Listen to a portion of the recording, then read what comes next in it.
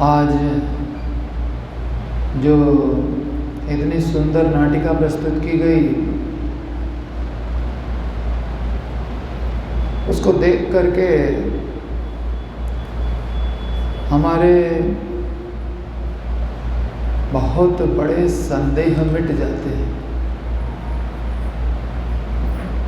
कौन है परम भगवान?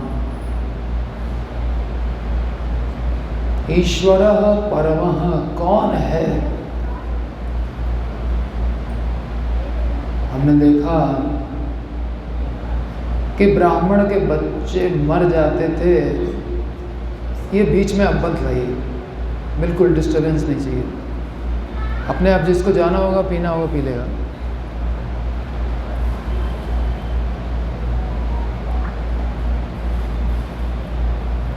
ब्राह्मण के बच्चे मर जाते थे।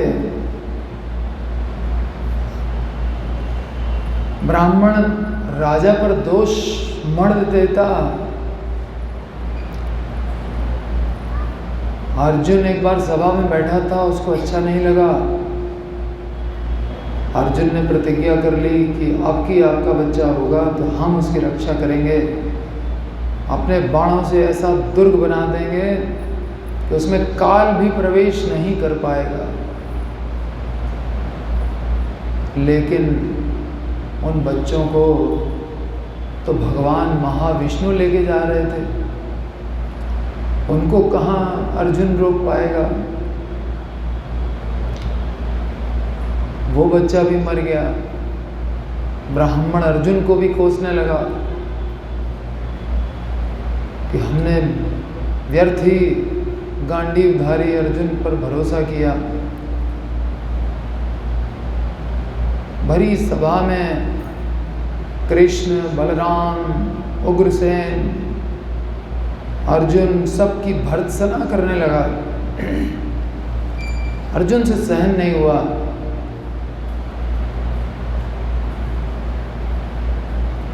और अर्जुन ने प्रतिज्ञा की, लेकिन प्रतिज्ञा भी सफल ना हो पाई। अब अर्जुन अपनी समाधि लेने के लिए तैयार, तो भगवान ने उसको रोका, कृष्ण ने, और कहा मेरे साथ चलो। रथ पर बैठा करके महाविष्णु के सामने पहुंच गए। महाविष्णु ने कृष्ण और अर्जुन को सामने देख करके, अर्जुन और कृष्ण ने जाकर के प्रणाम किया, क्योंकि भगवान मानव लीला कर रहे हैं।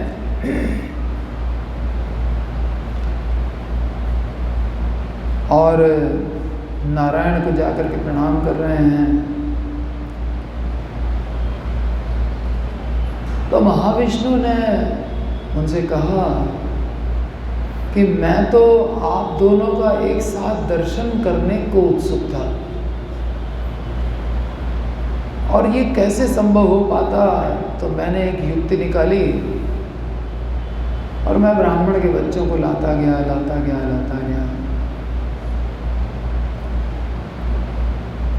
आपके दर्शन करके मैं तृप्त हो गया।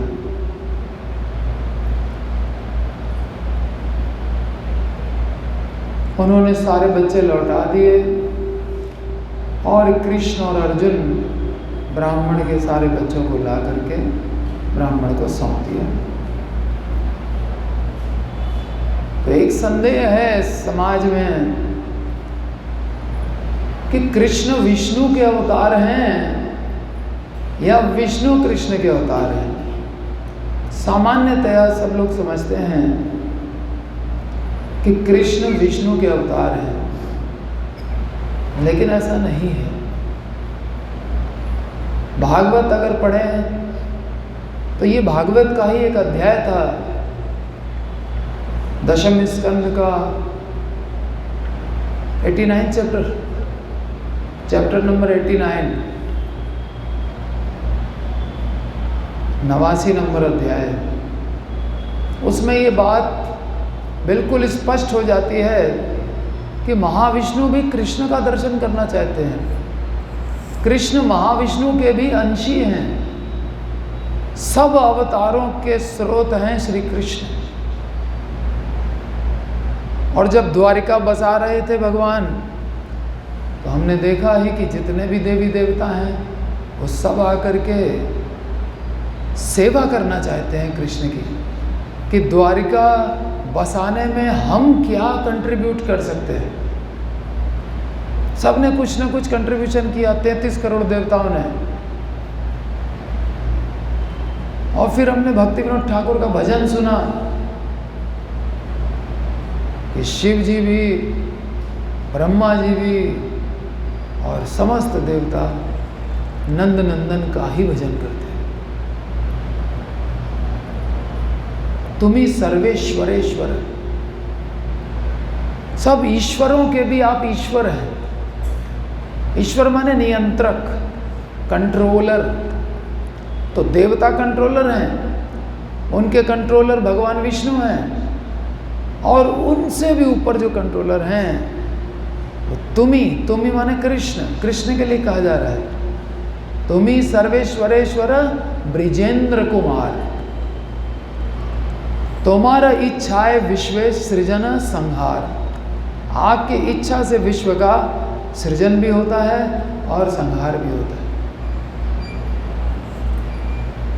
तब इच्छा मत ब्रह्मा करे न पालन, आपकी इच्छा से ही ब्रह्मा पालन करते हैं। और तब इच्छा मते शिव करे न संहार। और फिर एक लाइन उसमें कही गई है, तब इच्छा मत विष्णु करे न पालन। आपकी इच्छा के अनुसार ही विष्णु भगवान जगत का पालन करते हैं। यानी कृष्ण की इच्छा सर्वोपरि। ईश्वरः परमः कृष्णः सच्चिदानंद विग्रह अनादिरादिर गोविंद सर्वकारण कारणम। तो अब तो कोई संदेह नहीं रहना चाहिए कि परम ईश्वर कौन है। इसीलिए उसको दृश्य के रूप में प्रस्तुत किया गया ताकि ये संदेह सबका मिट जाए। हम लोग 4 दिन से भागवत कथा द्वारिका लीला का श्रवण कर रहे हैं।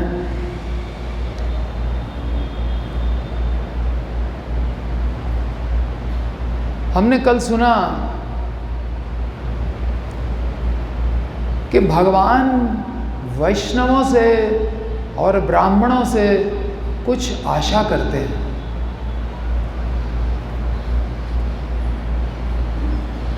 दो आशाएं करते हैं जो कि इस अध्याय में व्यक्त हुई, रणछोड़ कृष्ण नामक अध्याय में। पहली आशा भगवान की क्या है? हम भक्त बनते हैं ना भगवान के, या हम ब्राह्मण कहते हैं अपने आप को, या हम ब्राह्मण बनने के इच्छुक हैं, शुद्धिकरण की प्रोसेस में हैं।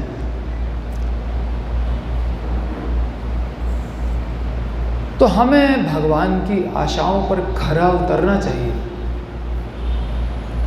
क्या आशा करते हैं भगवान? कि ब्राह्मण और वैष्णव धार्मिक सिद्धांतों का निर्विघ्न संपादन करें। वैष्णव धार्मिक सिद्धांतों का निर्विघ्न संपादन करें। धर्म क्या है?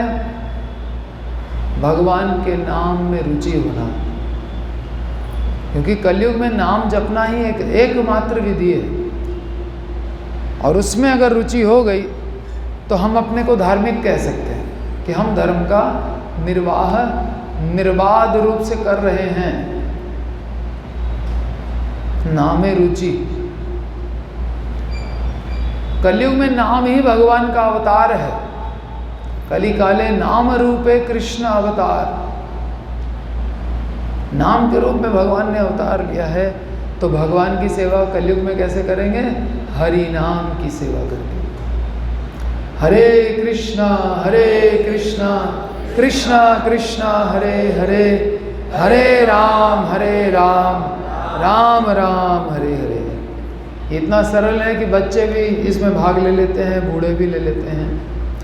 तो सबको भगवान का ये पवित्र नाम जपना चाहिए। दूसरा क्या है? नामे रुचि के बाद जीवे दया,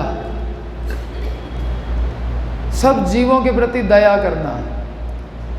तो दया करने का मतलब एक बहुत छोटा सा रूप है कि भूखा है कोई, उसको अन्न दे दिया, दान कर दिया, वस्त्र दे दिए, घर दे दिया, इत्यादि इत्यादि सांसारिक वस्तुएं दे दी। लेकिन ये तो शरीर पर दया हुई, ये आत्मा पर दया तो हुई नहीं। जीवे दया कहा गया है, शरीर पर दया नहीं। ठीक है, वो भी करो, लेकिन इससे सेटिस्फाई मत हो जाओ कि हाँ हमने दया कर दी। जीवे दया का मतलब कि वो आत्मा जो शरीर में बद्ध हो रहा है बारंबार अनादिकाल से, वो अब बंधन से छूटने का रास्ता खुले उसका, तो उसकी भी नाम में रुचि हो जाए, तो उसको हरि नाम सिखाना, यही जीवे दया है। खुद हरि नाम करना, इससे क्या है? नाम की सेवा हो रही है, भगवान की सेवा, क्योंकि नाम रूप में भगवान का अवतार है। जीवों पर दया करना, उससे भगवान बहुत खुश होते हैं। नामे रुचि जीवे दया। और वैष्णव सेवन, जो भगवान के भक्त हैं उनकी सेवा करना। तो भक्तों की सेवा करना, अभक्तों के ऊपर दया करना, उनको हरि नाम सिखाना और खुद भी हरि नाम करके नाम की सेवा करना। तो देखिए, ईश्वर की भी सेवा हो गई, सब जीवों की भी सेवा हो गई, जीवे दया, उनको हरि नाम सुनाना। और तीसरा, जो वैष्णव जन हैं जिन्होंने हमें सिखाया, उनकी सेवा करना। तो अब कौन बचा? नाम प्रभु की भी सेवा हुई, वैष्णवों की भी सेवा हुई, और जो जीव बचे उनकी भी हो गई सेवा, उनके ऊपर दया हो गई। इसको कहते हैं धर्म। अभी धर्म कोई जानता नहीं है, हम हिंदू हैं, हम मुसलमान हैं, लड़ते रहते हैं। नाम में रुचि, जीव पर दया और वैष्णवों की सेवा, इसको कहते हैं धर्म। तो भगवान को आशा है हमसे कि हम ये 3 काम अवश्य करेंगे।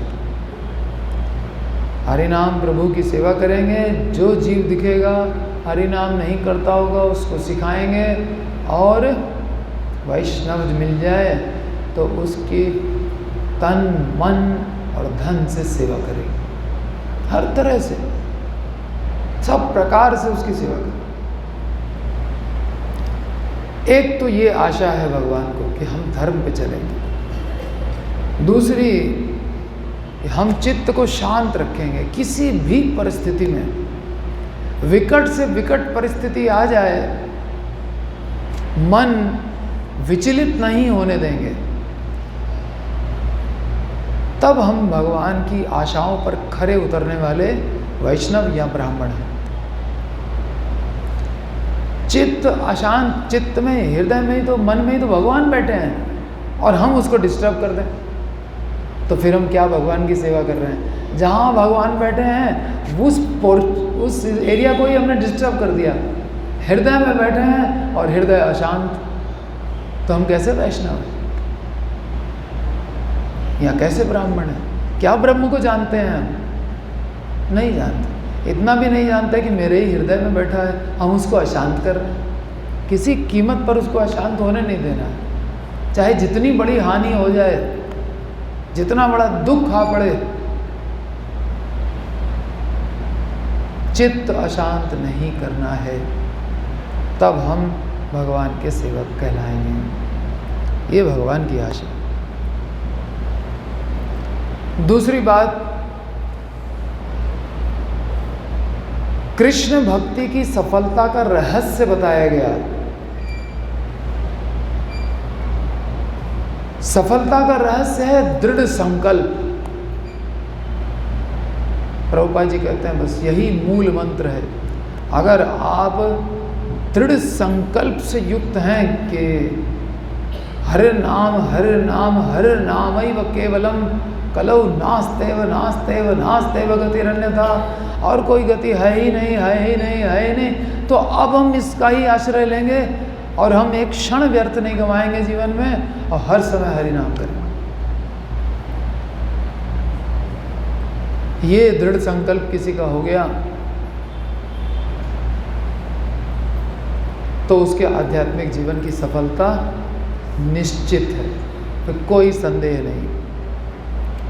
कैसा संकल्प होना चाहिए? जैसा रुक्मणी ने किया संकल्प। कल हम लोगों ने देखा कि रुक्मणी का संकल्प कितना दृढ़ था।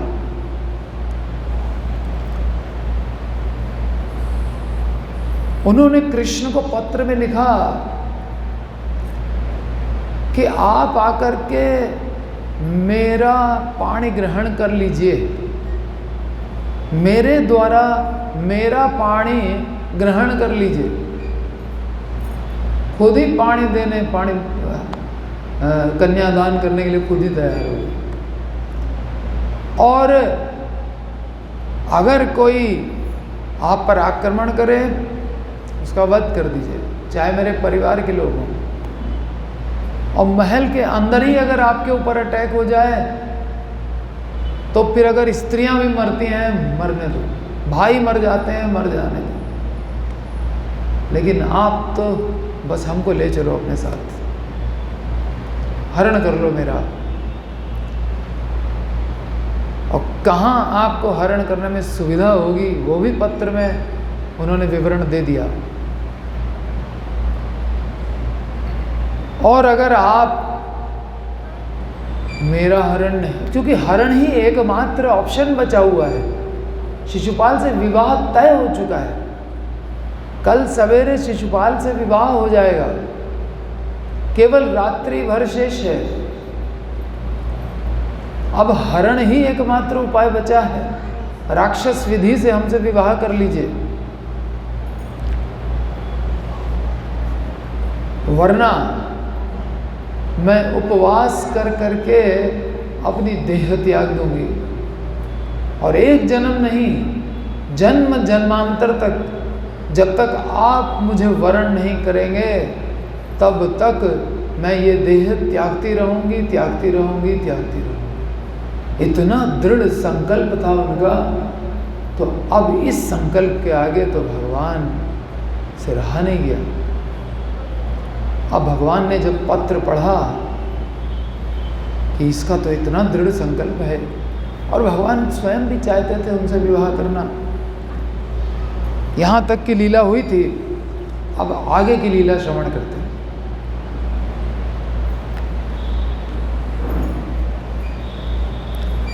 रुक्मणी जी का पत्र सुनकर श्री कृष्ण अत्यंत प्रसन्न हुए। उन्होंने तत्काल ब्राह्मण का हाथ पकड़ करके कहा, प्रिय ब्राह्मण, रुक्मणी मुझसे विवाह करने को उत्सुक है। यह सुनकर मैं अत्यंत प्रसन्न हुआ, क्योंकि मैं भी रुक्मणी से विवाह करने के लिए उत्सुक हूँ। ये यथा माम प्रपद्यन्ते तांस तथैव भजाम्यहम्। वो मुझसे विवाह करना चाहती है तो मैं भी उससे विवाह करना चाहता हूँ।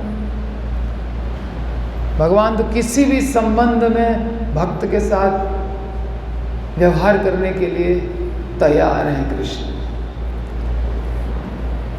मैं भी रुक्मणी से विवाह करने के लिए उत्सुक हूँ। मेरा मन सदैव भीष्मक की पुत्री के विचारों में मग्न रहता है। कृष्ण सदैव मग्न रहते हैं रुक्मणी के विचार में, और खुल के बोल रहे हैं ब्राह्मण से, ब्राह्मण का हाथ पकड़ करके, मेरा मन सदैव भीष्मक की पुत्री के विचारों में मग्न रहता है। और कभी कभी उसके विषय में चिंतन करने के कारण मैं रात्रि में सो नहीं पाता हूं। ये दशा हो रही भगवान की।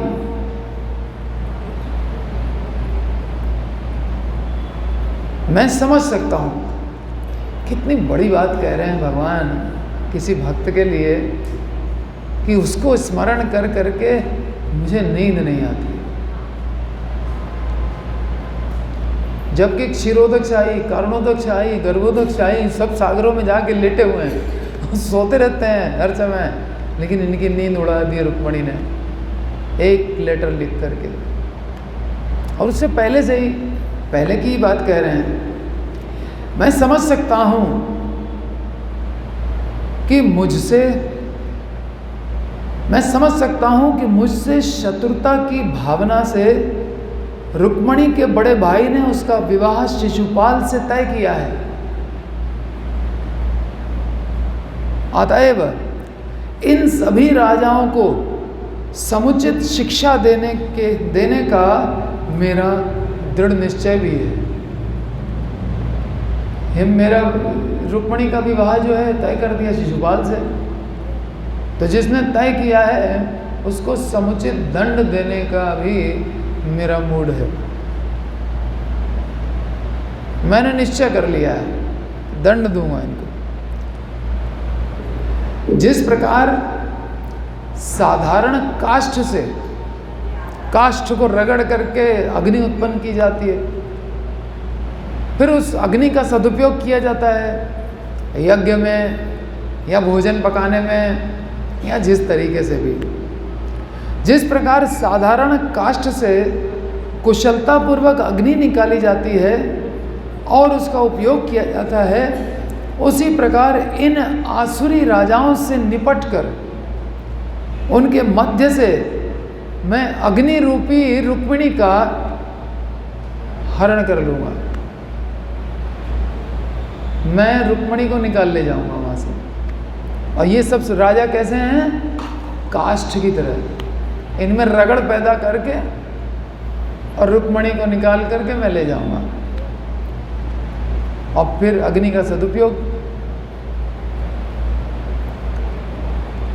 रुक्मिणी जी के विवाह की तिथि के विषय में सूचित किए जाने के पश्चात श्री कृष्ण तत्काल प्रस्थान करने के लिए आतुर हो गए। तुरंत दारुक से कहा, निकालो रथ, अभी चलते हैं। उन्होंने अपने सारथी दारुक को अपने रथ में अश्व जोत कर विदर्भ राज्य की ओर प्रस्थान करने की तैयारी करने को कहा। चलो रथ में घोड़े लगाओ और चल दो। इस आदेश को सुनकर सारथी तत्क्षण श्री कृष्ण के 4 विशेष अश्व ले आया।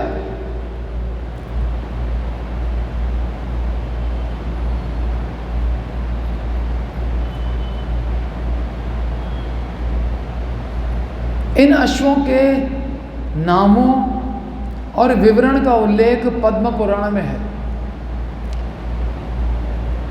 शैव्य नामक प्रथम अश्व हरित वर्ण का था, एक हरे रंग का घोड़ा, देखा है किसी ने?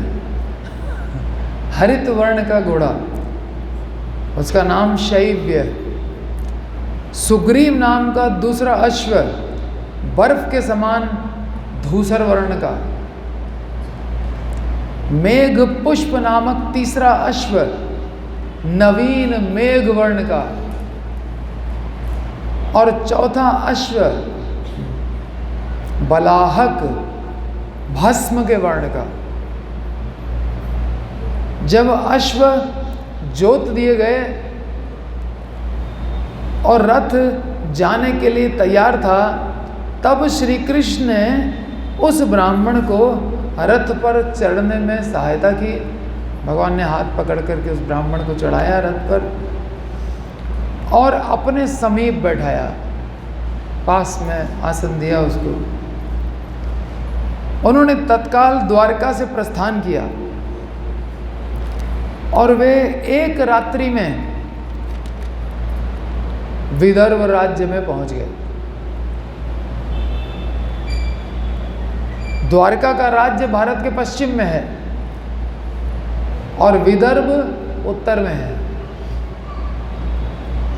उनके मध्य 1000 मील दूरी, 1000 मील से कम नहीं है।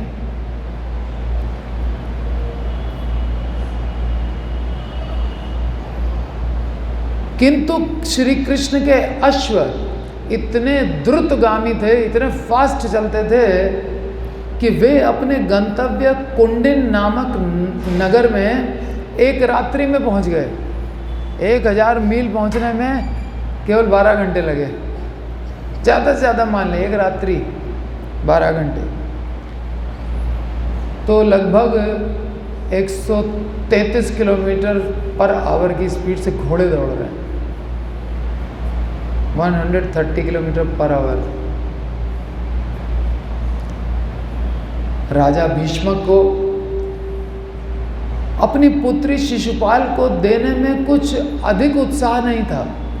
वो करना ही नहीं चाहते शिशुपाल से शादी। ये तो रुक्मी गया और तय करके आ गया। किंतु यह विवाह उनके ज्येष्ठ पुत्र ने निश्चित किया था। अपने ज्येष्ठ पुत्र के प्रति राजा भीष्मक का अत्यधिक स्नेह था, बड़े बेटे से बड़ा लगाव। अब उसकी बात काट नहीं पा रहे। अतः वे शिशुपाल के साथ अपनी पुत्री के विवाह प्रस्ताव को स्वीकार करने के लिए बाध्य हो गए। मजबूरी में पिता भी तैयार हो गए, चलो ठीक है शिशुपाल से शादी कर देते हैं। अपना अब शादी जब तय ही हो गई है तो कर्तव्य मान करके वे विवाह के लिए नगर की सज्जा कर रहे थे। पूरा नगर सजाया जा रहा था और इसे सफल बनाने के लिए अत्यंत उत्साहपूर्वक कार्य कर रहे थे।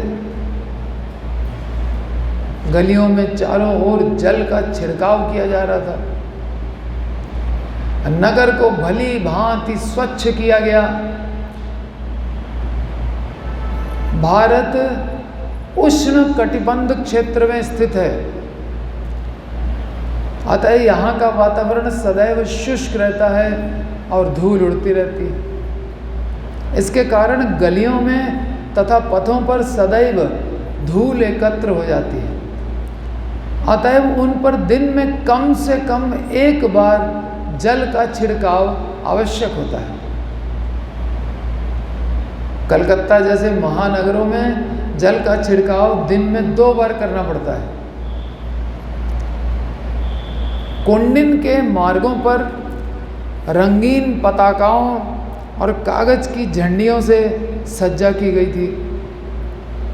विशिष्ट चौराहों पर द्वारों का निर्माण किया गया था। केले के तनों से द्वार बनाए गए थे। समस्त नगर को अत्यंत सुरुचिपूर्ण तरीके से सजाया गया था। नगर निवासी स्त्री व पुरुष दोनों ही नगर के सौंदर्य में अभिवृद्धि कर रहे थे। उन्होंने निर्मल वस्त्र धारण किए और चंदन के आलेप, मुक्ता मालाओं यानी मोतियों की मालाएं और पुष्प मालाओं से सबने अपना अपना श्रृंगार किया। सर्वत्र धूप जल रही थी, सुगंधित धूप सब जगह जला रखी थी। गलियों में चौराहों पे सब जगह धूप जल रही है और अगरू के समान सुगंधों से वायु सुगंधित थी। कृष्ण आने वाले हैं भाई, लक्ष्मी यहाँ रहती हैं और कृष्ण आने वाले हैं, क्यों न सजावट हो। पुरोहितों और ब्राह्मणों को उनके इच्छा अनुसार पर्याप्त संपत्ति और गाय दान में दी गई। इस प्रकार वे वैदिक मंत्रों के उच्चारण में संलग्न थे। ब्राह्मण लोग स्वस्ति वाचन कर रहे हैं, वेदों के मंत्र पढ़ रहे हैं सुंदर सुंदर। राजकुमारी रुक्मणी परम सुंदरी थी। उनको दिव्य रत्नों से सजाया गया, विभिन्न द्रव्यों से स्नान कराया गया और उनकी दंतावली, उनके दांत बहुत सुंदर थे, मोतियों जैसे। दंतावली अत्यंत सुंदर थी। उनकी कलाई में मंगल सूचक कंकड़ बना था। उन्हें पहनने के लिए विभिन्न प्रकार के आभूषण तथा रेशमी वस्त्र दिए गए थे। विद्वान पुरोहित उनकी रक्षा के हेतु सामवेद, ऋग्वेद, यजुर्वेद के मंत्रों का गान कर रहे थे। इसके पश्चात उन्होंने अथर्ववेद के मंत्रों का गान किया और गृह शांति के लिए अग्नि में आहुतियां दी। इस प्रकार के संस्कारों के संपादन के समय राजा भीष्मक को ब्राह्मणों और पुरोहितों से व्यवहार करने का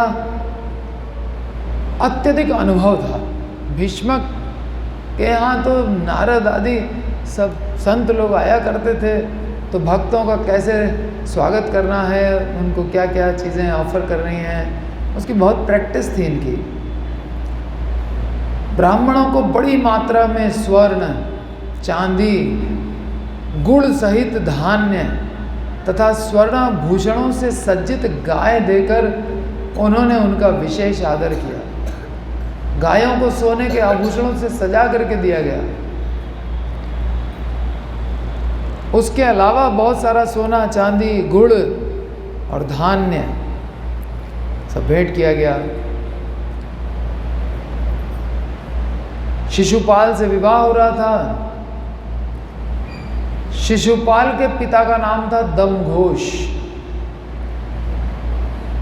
क्योंकि वह अनियमित नागरिकों का दमन करने में पटु था और फेमस था इस काम के लिए। दम माने दमन करने में पटु और घोष माने प्रसिद्ध। दमन करने के लिए वो बड़ा फेमस था। दम का अर्थ है दमन करना और घोष का अर्थ है प्रसिद्ध। अतएव वह प्रजा का दमन करने के लिए प्रसिद्ध था। दमघोष ने विचार किया कि यदि कृष्ण विवाह संस्कार में विघ्न डालने आया, और वर का पिता सोच रहा है कि कहीं कृष्ण ना आ जाए, दमघोष ने विचार किया कि यदि कृष्ण विवाह संस्कार में विघ्न डालने आया तो वह अपनी सैन्य शक्ति से कृष्ण का अंत कर देगा। असुर लोग ऐसे ही सोचते हैं, हम भगवान को ही मार देंगे, कोई भगवान नहीं है, भगवान निराकार है, वो तो एक शक्ति है, वो तो एक ज्योति है। तमाम तरह की बातें बना रखी हैं। दमघोष ने विचार किया कि यदि कृष्ण विवाह संस्कार में विघ्न डालने आया तो वह अपनी सैन्य शक्ति से कृष्ण का अंत कर देगा। अतएव विभिन्न शुभ अनुष्ठानों के संपादन के पश्चात दमघोष ने मदस्रवी नामक अपनी सेना को एकत्र किया। सेना का भी नाम रख दिया, जैसे यहाँ भी नाम रखते हैं ना, पंजाब रेजिमेंट, गोरखा रेजिमेंट, वैसे ये इनकी जो रेजिमेंट थी मदस्रवी रेजिमेंट, तो वो सेना तैयार की।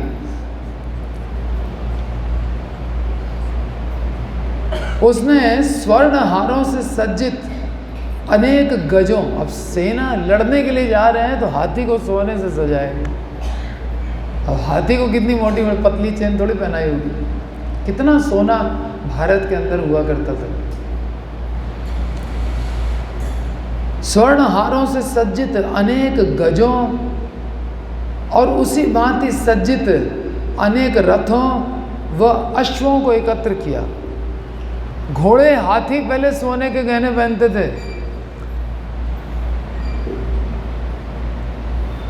सोने के गहनों की कोई वैल्यू भारत में नहीं थी, मतलब कहने का, कोई भी पहन लेता था।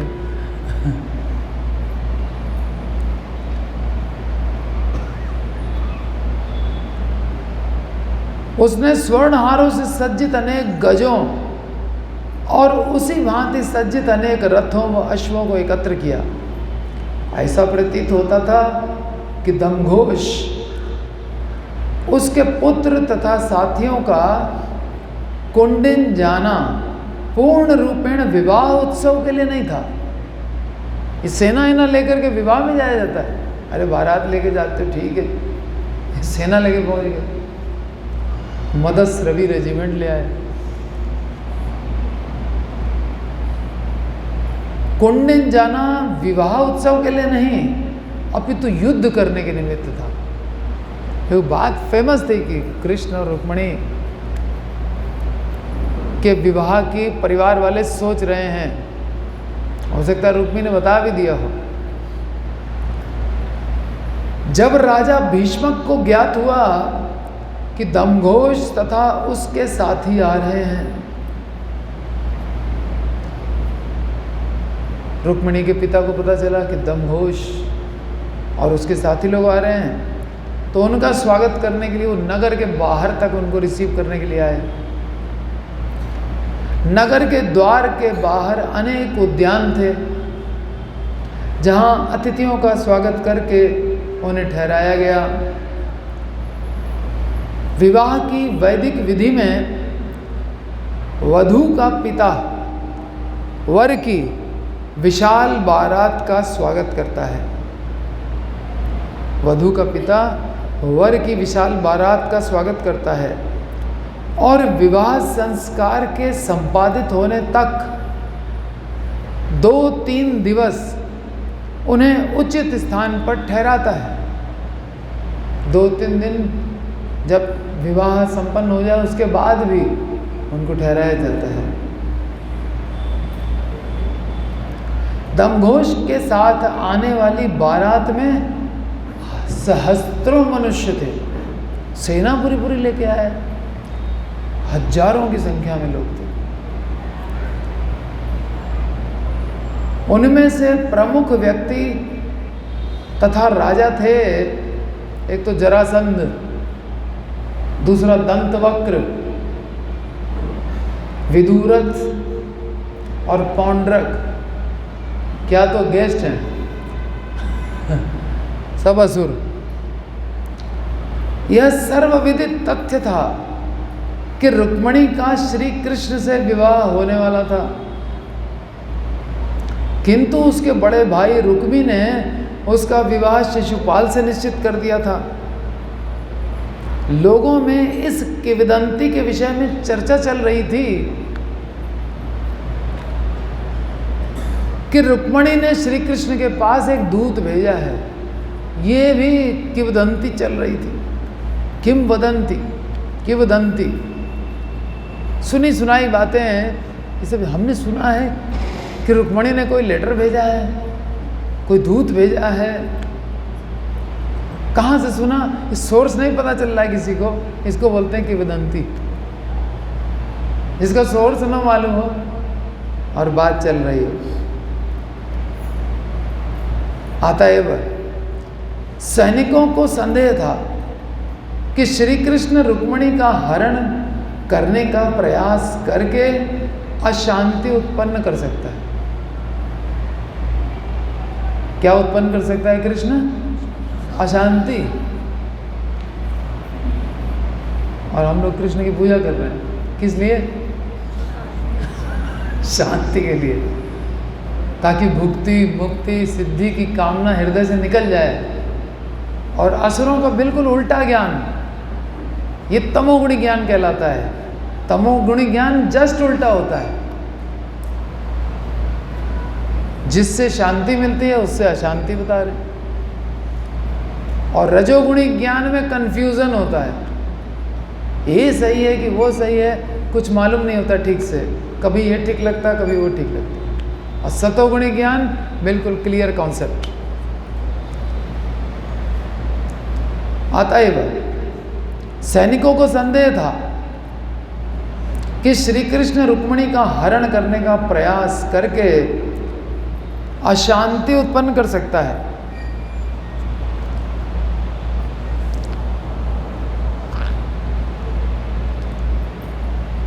यद्यपि वे निर्भय नहीं थे,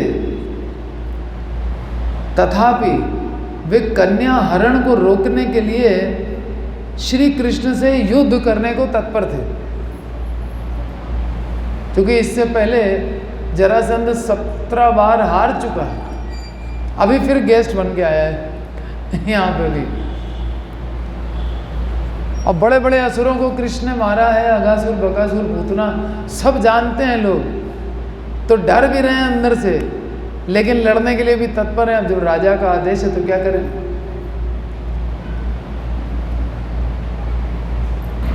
इधर का ये दृश्य है। और उधर द्वारिका में बलराम जी को सूचना प्राप्त हुई कि श्री कृष्ण ने केवल एक ब्राह्मण के साथ कुंडिन के लिए प्रस्थान कर दिया है, जा रहा है रुक्मिणी का हरण करने के लिए, और साथ में किसको लिया है, एक ब्राह्मण। उन्होंने यह भी सुना कि वहां शिशुपाल बड़ी संख्या में सैनिकों के साथ उपस्थित है।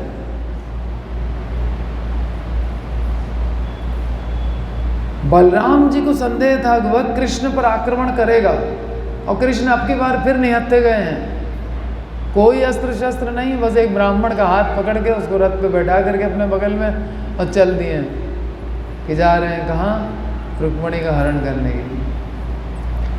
हरणम मधुरम।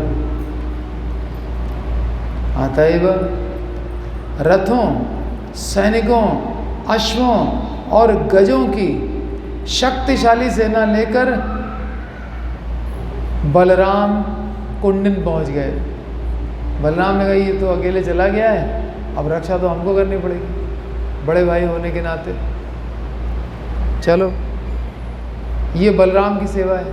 बलराम हमेशा कृष्ण की सेवा में तत्पर रहते हैं, तभी हम बलराम से सेवा मांगते हैं, हे राम, हे कृष्ण, हे राधे, हमको सेवा में लगा लो, सेवा में लगा लो, सेवा में लगा लो। इस तरह से तत्पर रहते। किसी ने कहा नहीं है, न वसुदेव से आदेश प्राप्त किया है, न तो कृष्ण ने कहा है कि चलो चलो भाई तुम भी, कुछ नहीं, सेवा के लिए तैयार। उस समय महल में रुक्मिणी श्री कृष्ण के आगमन की आशा कर रही थी। वो बहुत बेसब्री से भगवान कृष्ण की प्रतीक्षा कर रही है, किंतु जब न वे आए और न ही संदेश ले जाने वाला ब्राह्मण आया, रात बीत गई, सवेरा होने को है, और अभी तक न तो ब्राह्मण लौटा है, न तो कृष्ण कहीं दिख रहे हैं। आने का कोई संकेत नहीं। पांचजन्य की आवाज़ ही सुन ली होती तो संतोष हो गया होता कि आ गए कृष्ण। तो वे अत्यंत उद्विग्न हो उठी और विचार करने लगी कि मैं कितनी अभागिन हूं, मेरा विवाह होने में कुछ ही समय शेष है और अभी भी न तो ब्राह्मण लौटा है न ही श्याम सुंदर आए हैं। क्या होगा मेरा? मुझे इसका कोई कारण समझ में नहीं आ रहा है, क्यों नहीं आए दोनों लोग। निराश होकर वे विचार करने लगी कि संभवतः किसी कारणवश श्री कृष्ण असंतुष्ट हो गए, मेरी लेटर में लिखी कोई बात शायद उनको अच्छी ना लगी हो। ऐसा तो नहीं कि असंतोष के कारण वो आए नहीं। संभवतः किसी कारणवश श्री कृष्ण असंतुष्ट हो गए हों और उन्होंने उनका प्रस्ताव अस्वीकृत कर दिया हो। इसके परिणाम स्वरूप ब्राह्मण निराश हो गया। मतलब भगवान ने मना कर दिया तो ब्राह्मण भी निराश हो गया। इसलिए उसने कहा कि अब रुक्मिणी के पास क्या मुँह लेकर के जाएं, वो कितना दुखी हो जाएगी ना सुन करके। इसलिए हो सकता है वो ना आए हुई। रुक्मिणी मन ही मन कल्पना कर रही हैं कि शायद ये हुआ हो, शायद ये हुआ हो। होता है ना, अनिष्ट की आशंका से हृदय भर जाता है। ये प्रेम का लक्षण होता है।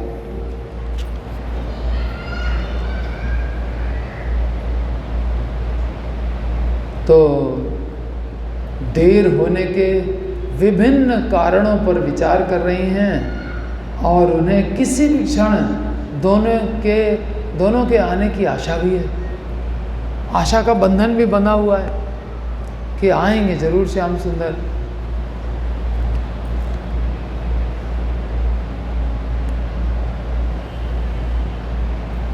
कृष्ण हमसे कितना प्यार करते हैं ये कैसे मालूम पड़ता है? ये ऐसे मालूम पड़ता है हम कृष्ण से कितना प्यार करते हैं। जितना हम प्यार करते हैं उतना कृष्ण को करना पड़ेगा। वचन दिया है गीता में।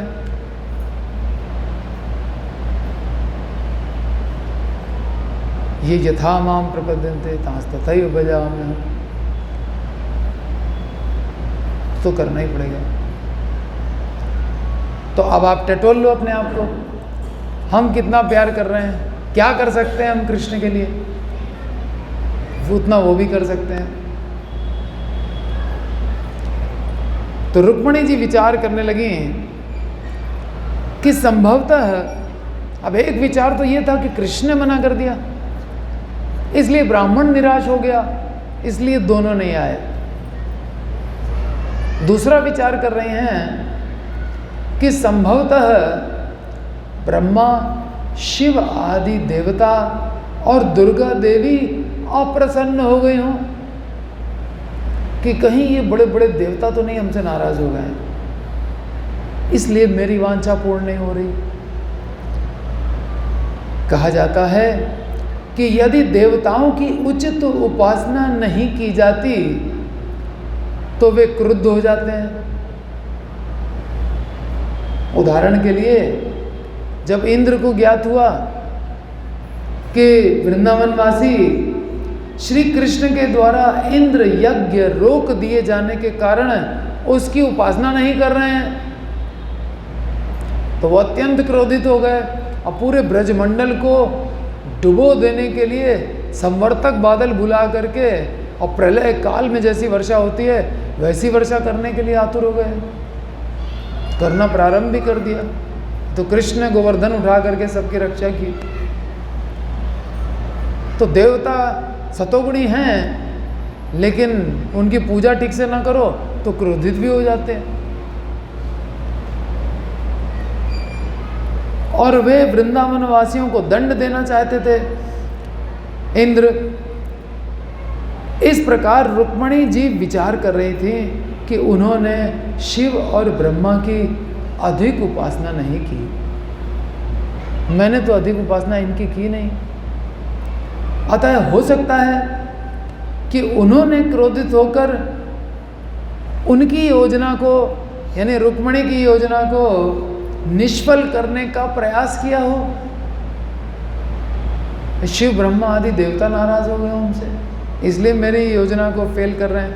हमने तो बड़ा क्लियर तरीके से बता दिया था कृष्ण को कि कहाँ मेरा हरण करना सबसे आसान रहेगा, या दुर्गा जी के मंदिर जाते समय या तो आते समय। उसी प्रकार उन्होंने यह विचार किया कि भगवान शिव की पत्नी दुर्गा देवी ने भी संभवतः अपने पति का पक्ष लिया हो हम दुर्गा देवी की तो उपासना करते हैं, लेकिन अब वो शिव के विरोध में तो जाएगी नहीं।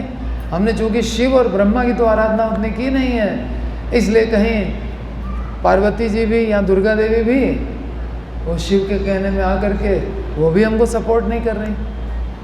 मेरी योजना फेल हो रही, आए नहीं है न ब्राह्मण न कृष्ण। भगवान शिव और रुद्र के नाम से विख्यात हैं और उनकी पत्नी को रुद्राणी नाम से जाना जाता है। रुद्राणी तथा रुद्र उसकी ओर संकेत करते हैं जो दूसरों को कष्ट में डालने के अभ्यस्त होते। रुद्र माने जो दूसरों को कष्ट में डालने का अभ्यस्त हो। शिव जी तो हैं ही महाकाल। काल आता है तो फिर क्या होता है, सब परिवार वाले सब कष्ट में पड़ जाते हैं, जिससे कि प्राणी सदैव क्रंदन करते रहते हैं। रुक्मणी तो दुर्गा जी का चिंतन किस रूप में कर रही हैं? हिमालय की पुत्री गिरिजा के रूप में कर रही हैं। हिमालय की पर्वत श्रृंखला अत्यधिक शीतल है। दुर्गा देवी हैं तो बहुत शीतल, माता हैं, जगत की माता। माता तो बहुत कोमल स्वभाव की होती है, लेकिन गिरिजा है ना तो शीतल हैं और कठोर भी हैं, दोनों गुण हैं उनके अंदर। तो अभी मेरे सामने कठोरता ही व्यक्त हो रही है दुर्गा देवी की या गिरिजा की। रुक्मणी दुर्गा जी को भी अत्यंत शीतल और कठोर हृदय मानने लग गई। श्री कृष्ण के दर्शन की उत्सुकता में रुक्मणी विभिन्न देवताओं के विषय में विचार कर रही थी। क्या है? कृष्ण दर्शन लालसा इतनी तीव्र है कि मानव लीला करते हुए भी मानव शिष्टाचार की देवताओं का सम्मान करें, उनको कठोर बता रहे।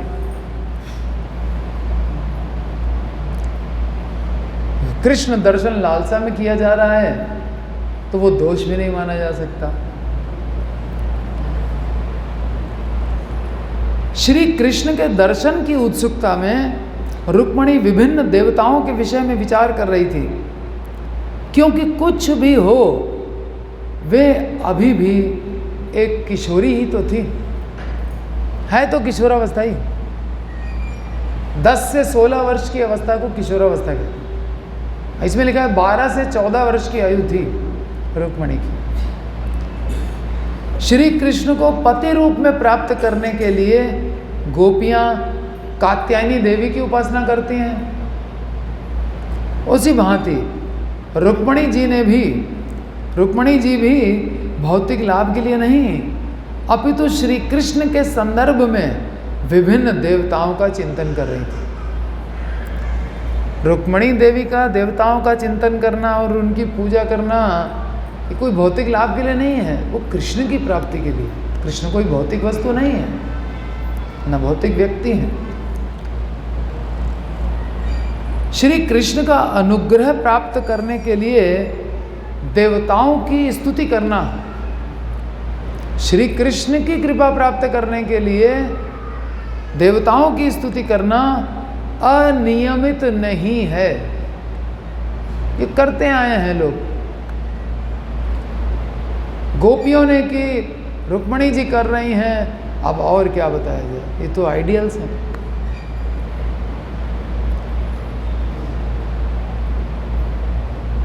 तो श्री कृष्ण का अनुग्रह प्राप्त करने के लिए देवताओं की स्तुति करना अनियमित नहीं है। और रुक्मणी तो पूर्ण रूप से कृष्ण के विचारों में मग्न थी, टोटली एब्जॉर्ब्ड इन कृष्णा कॉन्शियसनेस। सिर्फ कृष्ण के बारे में सोच, आए नहीं अभी तक। मैं बिरहन बैठी कब से, मेरे श्याम अभी ना आए।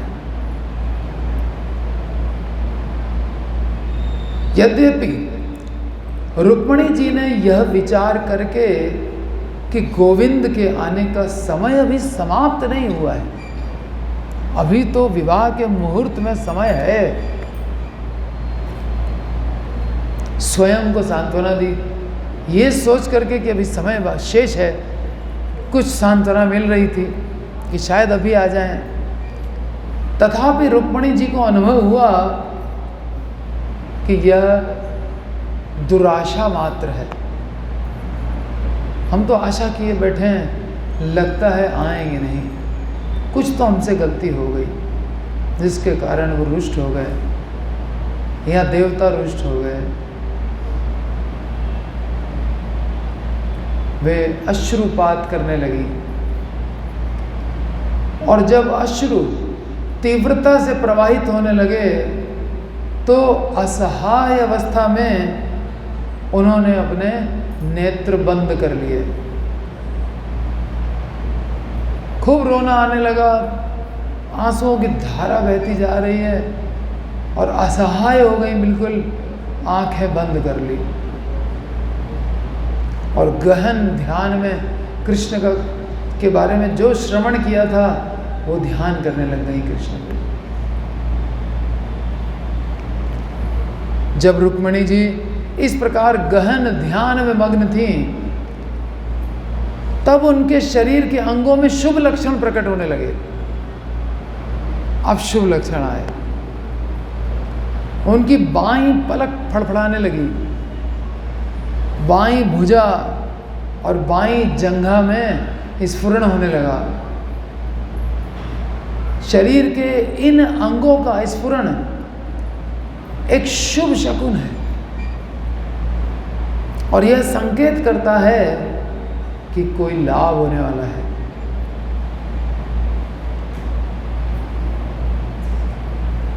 ये स्त्रियों के वाम अंग जब फड़कने लग जाते हैं तो शुभ लक्षण माना जाता है और पुरुषों के वाम अंग फड़कने लगे तो अशुभ लक्षण माना जाता है। जब कालिया ने कृष्ण को लपेट लिया और डस रहा था मर्म स्थानों पर,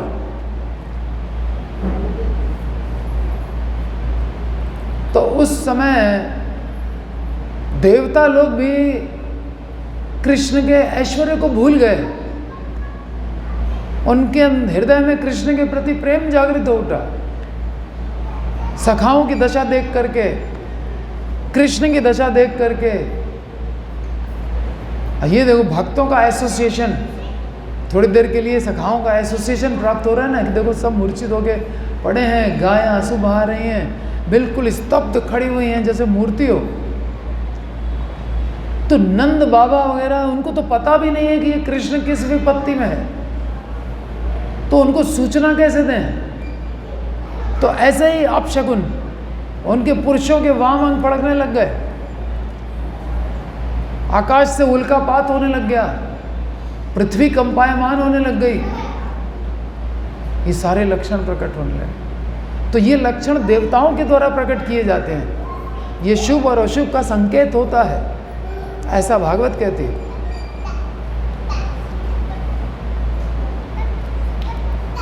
तो उद्विग्न थी, बहुत रो रही थी, अश्रुधारा प्रवाहित हो रही है,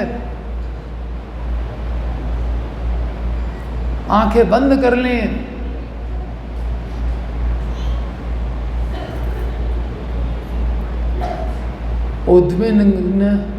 उद्विग्न रुक्मिणी ने जब आंखें खोली तो सामने देखा कि वो दूत खड़ा हुआ है, जिस ब्राह्मण को भेजा था वो सामने आके खड़ा हुआ है। समस्त जीवों के परमात्मा होने के कारण श्री कृष्ण रुक्मिणी की उद्विग्नता को समझ सकते थे। भगवान तो परमात्मा रूप में रुक्मिणी के हृदय में भी बैठे हुए हैं, उद्विग्नता को समझ सकते थे।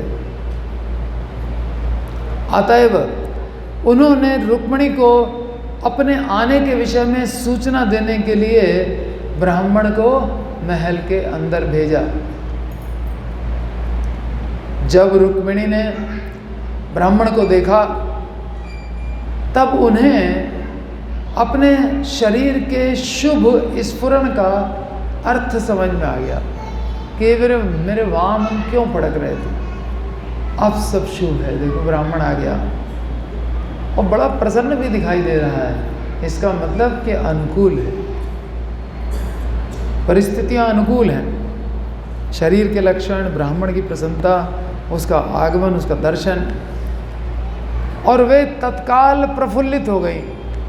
फूल एकदम से जैसे खिल जाता है।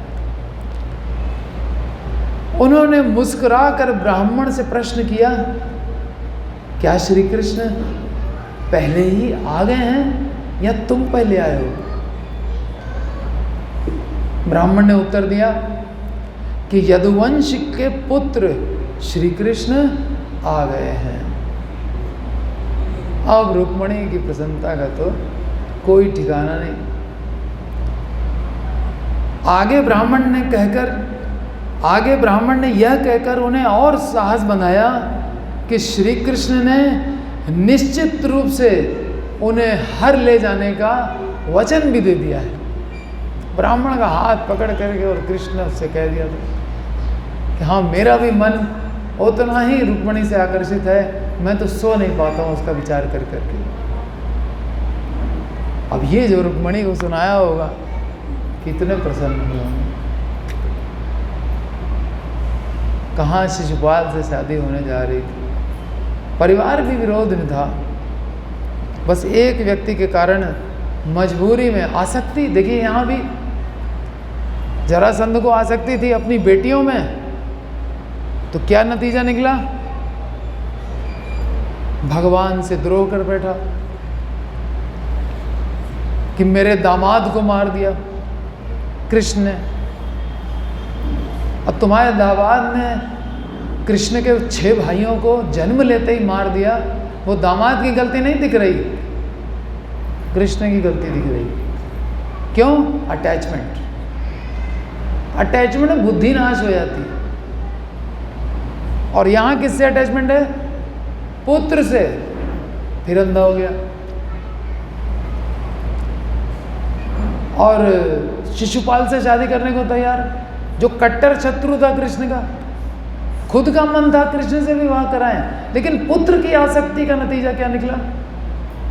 विवाह करा रहा है किससे? शिशुपाल से। आसक्ति कितनी बुरी चीज है, चाहे बेटा हो चाहे बेटी हो,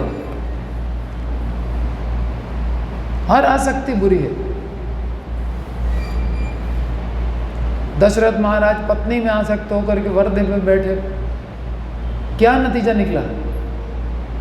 भीष्म पितामह पिता को वचन दे करके, पिता में आसक्ति थी कि वो सुखी रहें, उनकी सेवा करें, तो वचनबद्ध हो गए। महाभारत का यही कारण बन गया। नहीं भीष्म राजा होते, फिर उनका पुत्र होता तो कोई संकट ही नहीं था, महाभारत होती।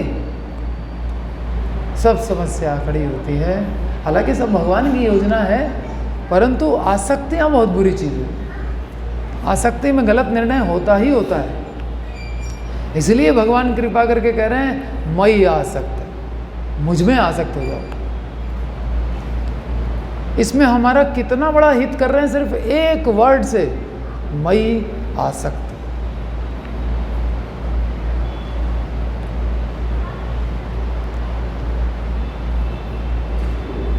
आगे ब्राह्मण ने कह दिया और रुक्मणी को साहस बनाया कि कृष्ण ने निश्चित रूप से उन्हें हर ले जाने का वचन दिया है। और कृष्ण वचन दे दें, इच्छा कर ले मात्र, वचन देना तो बहुत आगे की बात हो गई। उनकी इच्छा से सारे कार्य होते हैं। इच्छानुरूपम यस्य च चेष्टते सा गोविंदमादि पुरुषम तमहम भजामि। ये सृष्टि स्थिति प्रलय दुर्गा जी कर सकती हैं, लेकिन कब? जब भगवान की इच्छा हो। छाये वयस्य भुवनानि विवर्ति दुर्गा, छाया की तरह कार्य करती हैं दुर्गा देवी, इतनी पावरफुल हैं। मम माया दुरत्या, लेकिन भगवान के इशारे पे चलती हैं। तो जिनके इशारे पे सृष्टि स्थिति प्रलय हो जाती है, वो व्यक्ति अगर निश्चय कर ले तो काम पूरा होना ही है। ब्राह्मण के संदेश से रुक्मणी जी इतनी प्रफुल्लित हो गई कि वे अपना सर्वस्व ब्राह्मण को दान देने के लिए तैयार हो गए। क्या हमारा सब कुछ तुम ले लो, तुमने हमको क्या दे दिया, वो कृष्ण मिल गए तो अब हमको कुछ नहीं चाहिए। जिसको कृष्ण मिल जाए फिर उसको और क्या चाहिए, सब कुछ देना चाहती थी, किंतु उस समय उनके हाथ में कुछ था नहीं। किंतु उपहार में देने योग्य कोई वस्तु न पाने के कारण उन्होंने ब्राह्मण को केवल सादर प्रणाम किया। प्रणाम करने का मतलब अपनी कृतज्ञता को व्यक्त करना। सर झुका दिया ब्राह्मण के आगे लक्ष्मी देवी ने, सादर प्रणाम किया। अपने से श्रेष्ठ व्यक्ति को सादर प्रणाम करने की महत्ता है कि नमस्कार करने वाला व्यक्ति कृतज्ञ है, उसको सामने वाले के किए हुए का ज्ञान है। कृत का ज्ञान होना कृतज्ञता है।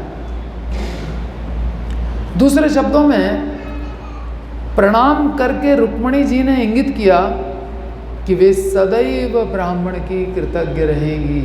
क्योंकि कृष्ण सदैव उनके पति रहेंगे तो कृतज्ञता तो सदैव बनी रहेगी कि इस ब्राह्मण ने मुझे कृष्ण दिलवाया पति के रूप में। इस ब्राह्मण के समान श्री लक्ष्मी जी की कृपा प्राप्त करने वाला कोई भी व्यक्ति निसंदेह समस्त भौतिक ऐश्वर्य प्राप्त करता है। उसके लिए अब क्या कमी है, लक्ष्मी जी इतनी खुश हो गई उससे।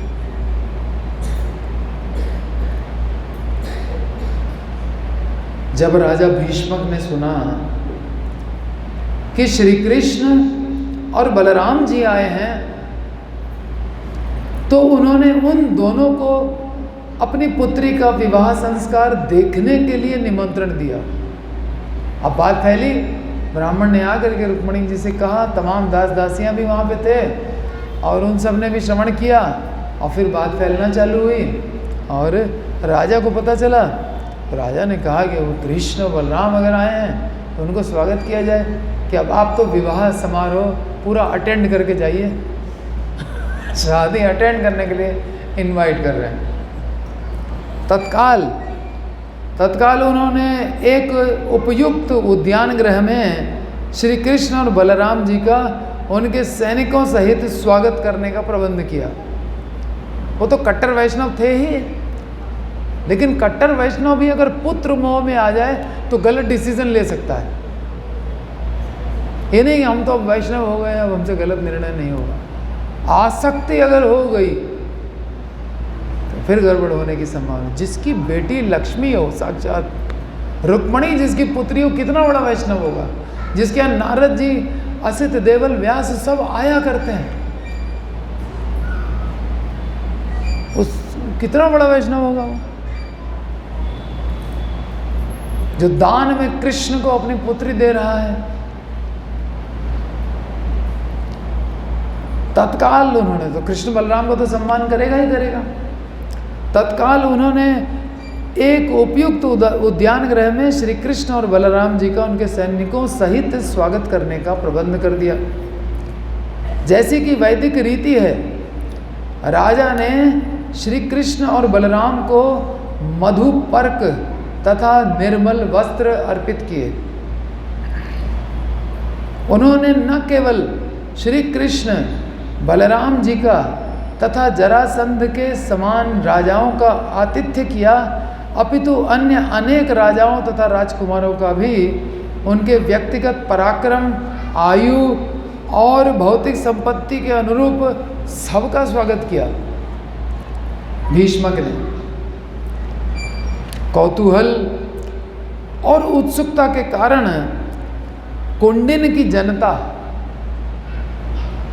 श्री कृष्ण और बलराम के समक्ष एकत्र होकर के उनके सौंदर्य के अमृत का पान करने लगी। अब जनता सब इकट्ठी हो गई। कृष्ण बलराम को जहाँ ठहराया गया था, सब कृष्ण बलराम का दर्शन कर करके, जहाँ राजा इतना बड़ा वैष्णव तो प्रजा भी वैष्णव ही होगी। एक रुक्मी पता नहीं कहाँ से आ गया। कुसंगति, शिशुपाल, जरासंध और दंतवक्र जैसे लोगों से दोस्ती करेगा तो क्या होगा?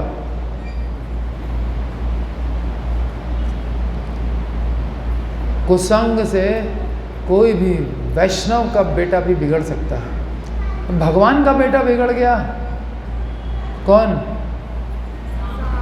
भौमासुर, वो जो नरकासुर भी कहते हैं उसको, तो वो बिगड़ गया तो फिर अन्यों की क्या कहें।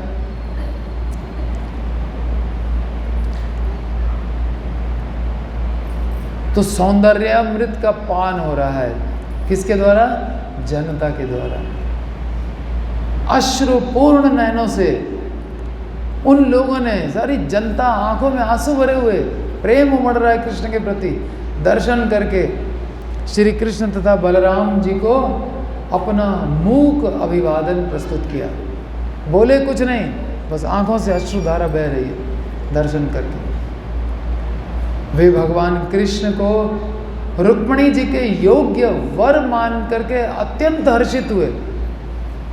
अरे रुक्मिणी के योग्य तो ये वर था कृष्ण। श्री कृष्ण और रुक्मिणी जी को संयुक्त करने के लिए वे इतने उत्सुक थे, जनता भी उत्सुक थी, राजा भी उत्सुक था, पूरा परिवार उत्सुक था कि वे भगवान की स्तुति करने लगे। वहीं खड़े खड़े कृष्ण का दर्शन करके आंखों से आंसू बह रहे हैं और स्तुति कर रहे हैं कि प्रिय भगवान, यदि हमने कोई पुण्य कर्म किया हो जिससे कि आप संतुष्ट हुए हों, तो कृपया हम पर दया कीजिए और रुक्मिणी जी का पाणी ग्रहण ये करें। कृष्ण विष्णु भगवान को स्तुति कर करके प्रसन्न कर रहे हैं और कह रहे हैं कि कृष्ण से इनका विवाह हो जाए, रुक्मिणी जी का। रुक्मिणी बहुत पॉपुलर थी कन्या, जनता भी कितना प्यार करती थी उनसे, राजा भी प्रेम करते थे, चारों भाई प्रेम, 5 भाई थे, 4 तो बहुत प्रेम करते थे। भाई रुक्मी जो है वो अजीब निकल गया अकुसंगति के कारण। प्रिय भगवान, यदि हमने कोई पुण्य कर्म किए हैं जिससे कि आप संतुष्ट हैं, तो कृपया हम पर दया कीजिए और रुक्मिणी जी का पाणी ग्रहण इनसे करा दीजिए। ऐसा प्रतीत होता है कि रुक्मिणी जी एक अत्यंत लोकप्रिय राजकुमारी थी। उनके प्रति तीव्र प्रेम के कारण सभी नागरिक उनके सौभाग्य के लिए विष्णु भगवान की स्तुति कर रहे थे। तभी सुंदर वस्त्र धारण करके अंग रक्षकों की सुरक्षा में रुक्मिणी जी बाहर आए। अब इधर का ये दृश्य, बगीचे में ठहरा रखा है भगवान को और इधर जनता पूरी उमड़ पड़ी है कृष्ण बलराम के दर्शन के लिए, और उधर रुक्मिणी अपने घर से निकल रही हैं। तभी सुंदर वस्त्र धारण करके अंग रक्षकों की सुरक्षा में रुक्मिणी जी बाहर आई। वे, ये मंगल आरती का टाइम है, लगभग सूर्योदय हो रहा है और स्तुति के लिए निकल रही हैं दुर्गा जी की पूजा के लिए। वे दुर्गा जी के मंदिर में जाने के लिए महल से निकली। वैदिक सभ्यता के प्रारंभ से ही मंदिर में श्री मूर्ति की उपासना का प्रचलन रहा है। मंदिर में श्री मूर्ति की उपासना का प्रचलन शुरू से रहा है और द्वारिका में, द्वापर में भी यहाँ देखने को मिल रहा है। मानवों का एक वर्ग है जिसे भगवत गीता में वेदवाद रत कहा गया है। वेदवाद रताः पार्थ, वेदवाद रता, वे केवल वैदिक अनुष्ठानों में विश्वास करते हैं और मंदिर में श्री मूर्ति का पूजन करने में विश्वास नहीं करते। वेदवाद रता जो हैं वो इस प्रकृति के होते हैं। वैदिक अनुष्ठान तो करेंगे परंतु श्री मूर्ति का पूजन नहीं करेंगे। ऐसे मूढ़ व्यक्ति यहाँ ध्यान दे सकते हैं कि यद्यपि रुक्मणी जी तथा कृष्ण का विवाह 5000 से भी अधिक वर्ष पूर्व हुआ था, तो भी मंदिर में पूजन की व्यवस्था थी। उनको ये देखना चाहिए, जो वेदवादरता हैं, मंदिर में पूजन की व्यवस्था द्वापर से चली आ रही है और आपसे नहीं हो रही। भगवत गीता में भगवान कहते हैं यान्ति देवव्रता देवान, इसका मतलब देवताओं की पूजा पहले से होती आ रही। देवोपासक देवताओं के लोक में जाते हैं।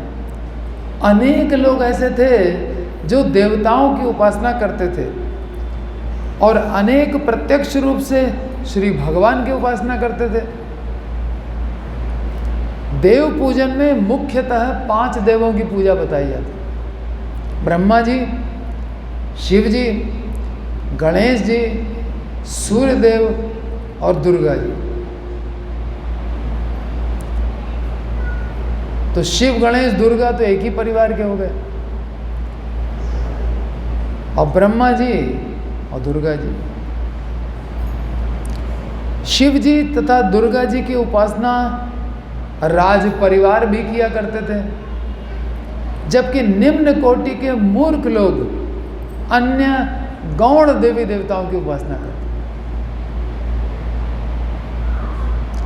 जहां तक ब्राह्मणों और वैष्णवों का संबंध है, वे केवल भगवान श्री विष्णु की उपासना करते।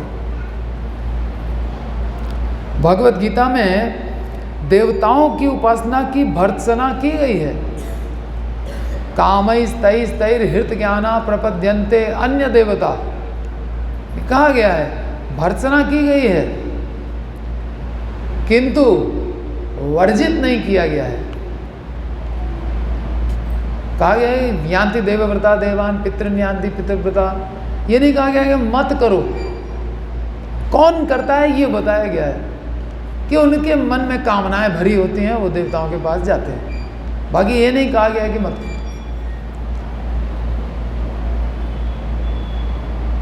भर्त्सना मात्र की गई है, किंतु उसे वर्जित नहीं किया गया है। बल्कि भगवान ने तो कहा कि मैं उन देवी देवताओं में श्रद्धा को स्थापित कर देता हूँ। फिर वो उस श्रद्धा से युक्त होकर के उन देवताओं की उपासना करता है। वो श्रद्धा कौन फिक्स कर रहा है? वो देवी देवता भी अपने में श्रद्धा फिक्स करने में कैपेबल नहीं है। किसी की दुर्गा में है श्रद्धा, किसी की शिव में है, किसी की अन्य देवताओं में है, लेकिन वो जो श्रद्धा फिक्स हुई है कृष्ण की है। वो उसने स्वयं नहीं की है, न तो उन देवताओं ने की है।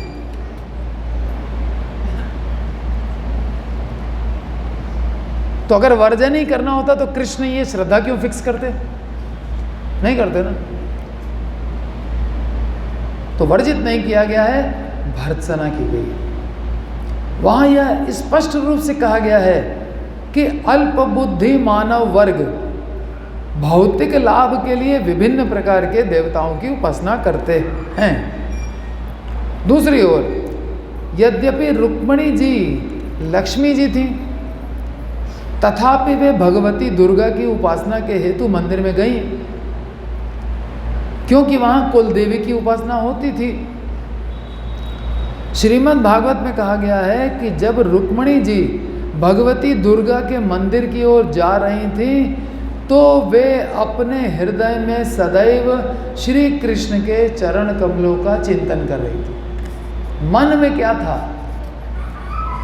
हम बाहर से क्या क्रिया करते हैं वो महत्वपूर्ण नहीं है, मन के अंदर क्या चल रहा है वो महत्वपूर्ण है। कृष्ण कहते हैं मनमना भव। तो रुक्मिणी जी क्या हैं? मनमना भव। मन तो कृष्ण में है। बाहर से कुछ भी कर्म करो। अर्जुन युद्ध कर रहा है, भगवान ने क्या कहा? माम अनुस्मर युद्ध च। स्मरण कृष्ण का होना चाहिए, ये कृष्ण विस्मरण कभी न हो। स्मरतव्य सततम विष्णु विस्मरतव्यो न जातुचित। सर्वे विधि निषेधास्यो एतयोरेव किंकराः। बाकी सब विधि निषेध तो इसके दास हैं, लेकिन भक्ति में सिर्फ एक नियम है, स्मर्तव्य सततम विष्णु। कृष्ण को सदा स्मरण करो, एक ही नियम है बस, और एक निषेध है, कभी भूलो नहीं, बस। और कोई चीज़ है जिसमें एक नियम हो खाली? ये भक्ति में केवल एक नियम, स्मरण बना रहे।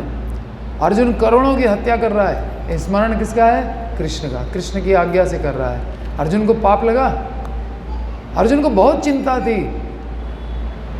स्वजनम ही कथम हत्वा सुखिन श्याम माधव पापम एवाश्रयेद अस्मात् हत्वा एतान आतताइन। इन आतताइयों को मार करके तो हमें पाप ही लगेगा। भगवान ने कहा पाप अब कुछ नहीं लगेगा। पाप तो तब लगेगा जब तुम मेरी आज्ञा नहीं मानोगे। मेरी आज्ञा का उल्लंघन पाप होता है, मेरी आज्ञा का पालन पाप थोड़ी होता है। तुम हमसे कह रहे हो न योत्स्यति गोविंदम, मैं युद्ध नहीं करूंगा हे गोविंद। मैं कह रहा हूं उत्तिष्ठ कृतनिश्चयः युध्यस्व च। तुम कह रहे हो कि हे गोविंद मैं युद्ध नहीं करूंगा, और तुम सोच रहे हो युद्ध नहीं करने से पाप नहीं लगेगा। युद्ध नहीं करने से पाप लगेगा, क्योंकि मेरी अवज्ञा कर रही। तो ये कला है जीने की, माम अनुस्मर और युद्ध च। इंद्रियों का किया नोट नहीं होता। इसका एक बहुत बढ़िया उदाहरण है भृगु मुनि।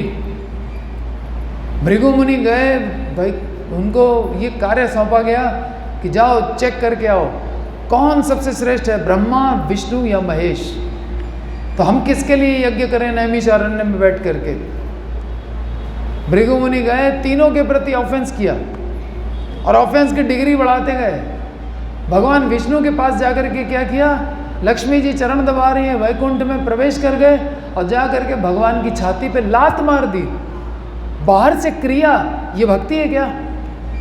भगवान की छाती पे लात मारना ये कौन सी क्रिया है भाई? क्रिया नोट हुई? क्रिया नहीं नोट करते भगवान, मन का भाव नोट करते हैं। ये मेरी श्रेष्ठता को जगत में स्थापित करने के उद्देश्य से यहाँ आया है और इसने ये ऑफेंस किया है, ताकि दुनिया जान जाए कि मैं श्रेष्ठ हूं सबसे ज्यादा। इसका भाव ये है, क्रिया से कोई मतलब नहीं। और जब ये यथामाम प्रपद्यन्ते, ये मेरी श्रेष्ठता स्थापित करना चाहता है, तो मैं क्यों ना मौके का फायदा उठाऊं कि मेरा भक्त कितना श्रेष्ठ है।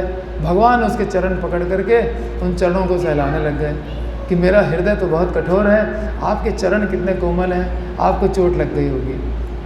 अब सारा जगत जब ये कथा श्रवण करेगा, भृगु मुनि जा करके नीचे बताएंगे, तो ऋषि मुनि तो सब जगह गाएंगे कि भृगु के साथ क्या क्या हुआ वहाँ पे। इसने तो जाके लात मारी और भगवान ने फिर भी सम्मान दिया। इतना भगवान वैष्णवों का, ब्राह्मणों का सम्मान करते हैं, वैष्णवों का सम्मान करते हैं। भृगु मुनि महान वैष्णव, जो भगवान को ग्लोरीफाई करना चाहे और इस स्तर की क्रिया करने में भी संकोच ना करे, कितना बड़ा वैष्णव है। विष्णु की श्रेष्ठता को तो स्थापित करना चाह रहा था, इसका मतलब विष्णु का भक्त था। भगवान के यहाँ क्रिया नोट नहीं होती। इतने बड़े उदाहरण से आप ये हमेशा याद रखिए, क्रिया नहीं देखेंगे भगवान। हम माला पकड़ करके जप कर रहे हो, मेरा ध्यान कहीं और है, भगवान नहीं काउंट करेंगे कि तुमने कुछ जप किया। ले वो भौतिक वस्तु ले लो, ये अपराध युक्त नाम का फल, भौतिक भोगों की प्राप्ति, ले जाओ। उसको देने में भगवान को क्या है कष्ट? नोट हुआ? जिस प्रेम को पाने के लिए जप कर रहे थे मिला नहीं मिला, भोग मिले, इसका मतलब वो क्रिया नोट नहीं हुई, जब माना ही नहीं गया। माना गया होता जब प्रेम मिलता, जब का फल मिलता, असली फल वो कहाँ मिला।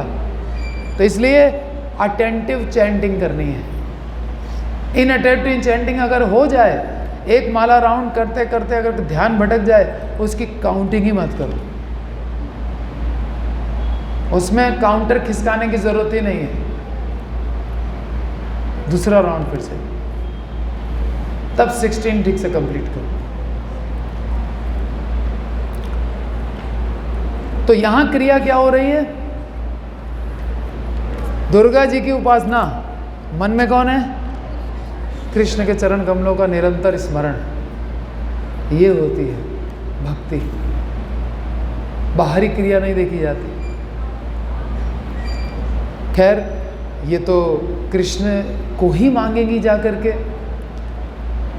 तो बाहरी क्रिया भी कृष्ण को मांगने की है, और अंदर में तो कृष्ण हैं ही हर तरह से। तो जब रुक्मिणी जी भगवती दुर्गा के मंदिर की ओर जा रही थी, वे अपने हृदय में सदैव श्री कृष्ण के चरण कमलों का चिंतन कर रही थी। अतएव जब रुक्मिणी जी मंदिर में गईं, तो वे साधारण व्यक्ति की भांति भौतिक लाभों की याचना के उद्देश्य से नहीं गई। कोई भौतिक लाभ नहीं चाहिए था, अपितु उनका एकमात्र लक्ष्य श्री कृष्ण थे। जब लोग किसी देवता के मंदिर में जाते हैं, तब उनका वास्तविक ध्येय श्री कृष्ण होते हैं। क्यों कृष्ण होते हैं? क्योंकि वो देवताओं से वर मांगते हैं, है ना। कामनाओं की पूर्ति के लिए तो देवताओं के पास जा रहा है, और देवता कामना किससे लेकर के पूर्ति करते हैं? किसके सैंक्शन करने पर?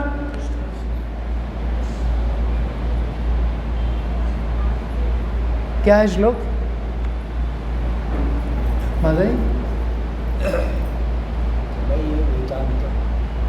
मयैव विहितान हितान। वो जो देवता आपको वर देते हैं, वो मेरे द्वारा ही दिए गए होते हैं, ठीक है। लेकिन उनकी उपासना कैसी कहलाती है? अविधि पूर्वकम। जो देवताओं की उपासना करते हैं, वे भी मेरी ही उपासना कर रहे हैं, ये भगवान का कहना है, लेकिन अविधि पूर्वकम। इसलिए वो, चूंकि विधि नहीं है, इसलिए वो फल प्राप्त नहीं होता।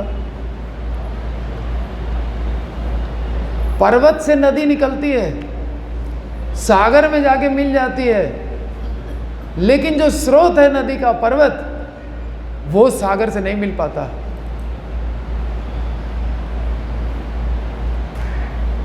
मिल पाता है? नहीं मिल पाता। ऐसे ही हमारी दी हुई गिफ्ट्स देवताओं के माध्यम से कृष्ण तक तो पहुंच जाती हैं, हम कृष्ण तक नहीं पहुंच पाते। ये स्थिति, जैसे पर्वत सागर तक नहीं पहुंच रहा है, ऐसे हम भी नहीं पहुंच पाएंगे, क्योंकि अविधि पूर्वक।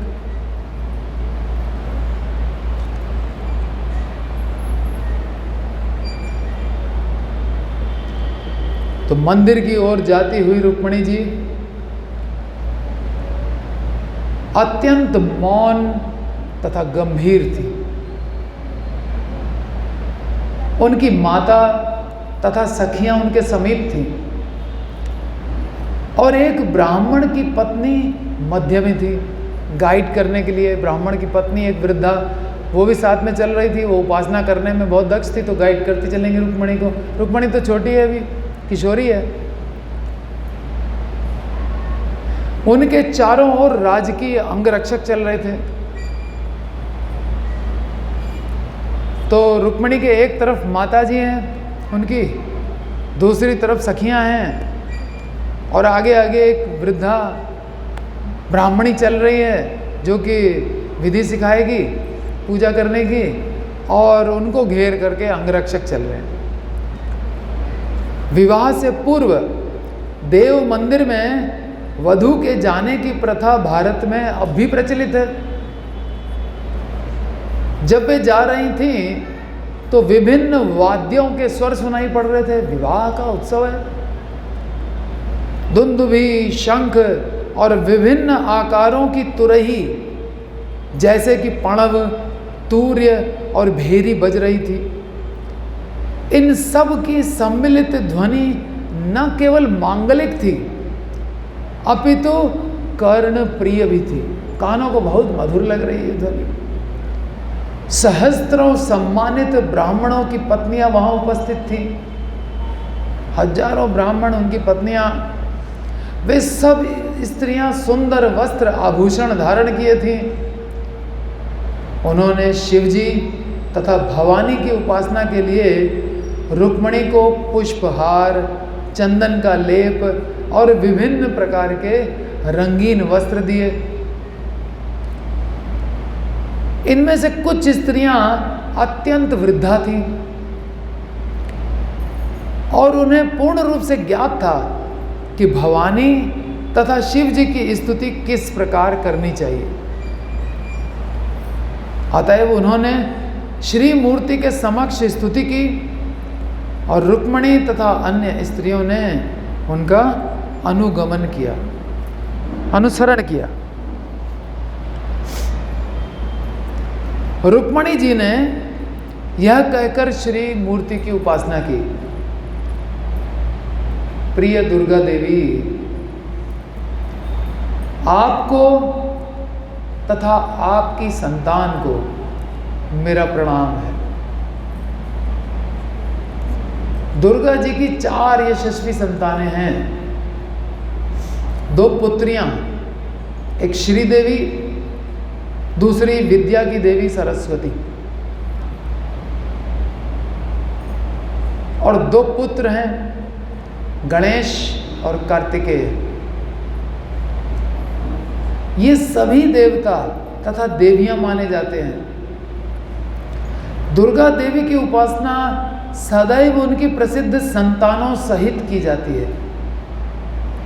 अतएव रुक्मणी जी ने श्री मूर्ति को इस प्रकार विशेष रूप से सादर प्रणाम किया कि आपको आपकी संतानों सहित मेरा सादर प्रणाम है। किंतु उनकी स्तुति भिन्न थी। साधारण मनुष्य भौतिक संपत्ति, लाभ, यश और शक्ति आदि के लिए दुर्गा जी की स्तुति करते हैं, किंतु रुक्मणी जी श्री कृष्ण को पति रूप में प्राप्त करना चाहती थी। अतः उन्होंने श्री मूर्ति से अपने पर प्रसन्न होने और आशीर्वाद देने की प्रार्थना की कि आप हमसे प्रसन्न हो जाइए और हम जो वर चाहते हैं हमको दे दीजिए। वे केवल श्री कृष्ण की कामना करती थी, और वो भी क्यों? कृष्ण की सेवा करने के लिए। पत्नी बन करके जीवन भर सेवा करते रहे, और फिर वो तो शाश्वत पति, शाश्वत पत्नी, शाश्वत काल तक सेवा करते। अतः उनकी देवोपासना की निंदा नहीं की गई है। देवोपासना करके अगर कोई कृष्ण भक्ति पाना चाहता है तो उसकी निंदा नहीं की जाती। देवताओं से जाकर के प्रार्थना करनी चाहिए कि जो सर्वोत्तम वस्तु हो आपके पास वो हमको दो। शिव जी के पास क्या सर्वोत्तम है? इतने बड़े वैष्णव हैं, वे भक्ति ही देंगे। दुर्गा देवी वैष्णवी हैं, भक्ति ही देंगे। इसलिए भक्ति ही मांगनी है तो उनसे वही मांगना चाहिए। जब रुक्मणी जी स्तुति कर रही थी तब अनेक प्रकार की वस्तुएं श्री मूर्ति को अर्पित की गईं। उन वस्तुओं में प्रमुख थी जल, विभिन्न प्रकार की अग्नि, धूप, वस्त्र, हार, घी से बने हुए विभिन्न प्रकार के व्यंजन यथा पूरी, कचौरी, फल, गन्ना, पान, मसाले, ये सब अर्पण किए गए। वृद्धा ब्राह्मणियों के निर्देशन में विधि विधानों के अनुसार रुक्मणी जी ने अत्यधिक भक्ति पूर्वक सारी वस्तुएं श्री मूर्ति को अर्पित की। इस विधिवत पूजा के पश्चात स्त्रियों ने अवशिष्ट व्यंजन प्रसाद के रूप में रुक्मणी जी को दिए। पूजा हो गई, भोग लग गया, अब प्रसाद दिया, जिसे उन्होंने अत्यंत सम्मान पूर्वक ग्रहण किया। तत्पश्चात रुक्मणी जी ने स्त्रियों तथा दुर्गा जी को सादर प्रणाम किया। जो ब्राह्मणी स्त्रियां, वृद्धा सभाएं थी, सबको प्रणाम किया, दुर्गा जी को प्रणाम किया। जब श्री मूर्ति का पूजन समाप्त हो गया तब रुक्मणी जी अपनी एक सखी का हाथ पकड़कर मंदिर के बाहर आए। अन्य सखियां भी उनके साथ आ गईं और विवाह के लिए कुंडिन में आए हुए सभी अतिथि तथा राजकुमार रुक्मिणी को देखने के लिए मंदिर के बाहर एकत्र थे। भीड़ लगी हुई थी, सब रुक्मिणी का दर्शन करना चाहते थे। विशेष रूप से राजकुमार रुक्मिणी जी को देखने के लिए अति आतुर थे, क्योंकि वास्तव में वे सभी यही सोचते थे कि रुक्मिणी को अपनी पत्नी के रूप में प्राप्त कर सके। सबके अंदर यही इच्छा। रुक्मिणी जी को देखकर चकित होकर वे विचार करने लगे कि सभी शूरवीर राजकुमारों को मोहित करने के लिए ब्रह्मा जी ने विशेष रूप से इनकी रचना की हो।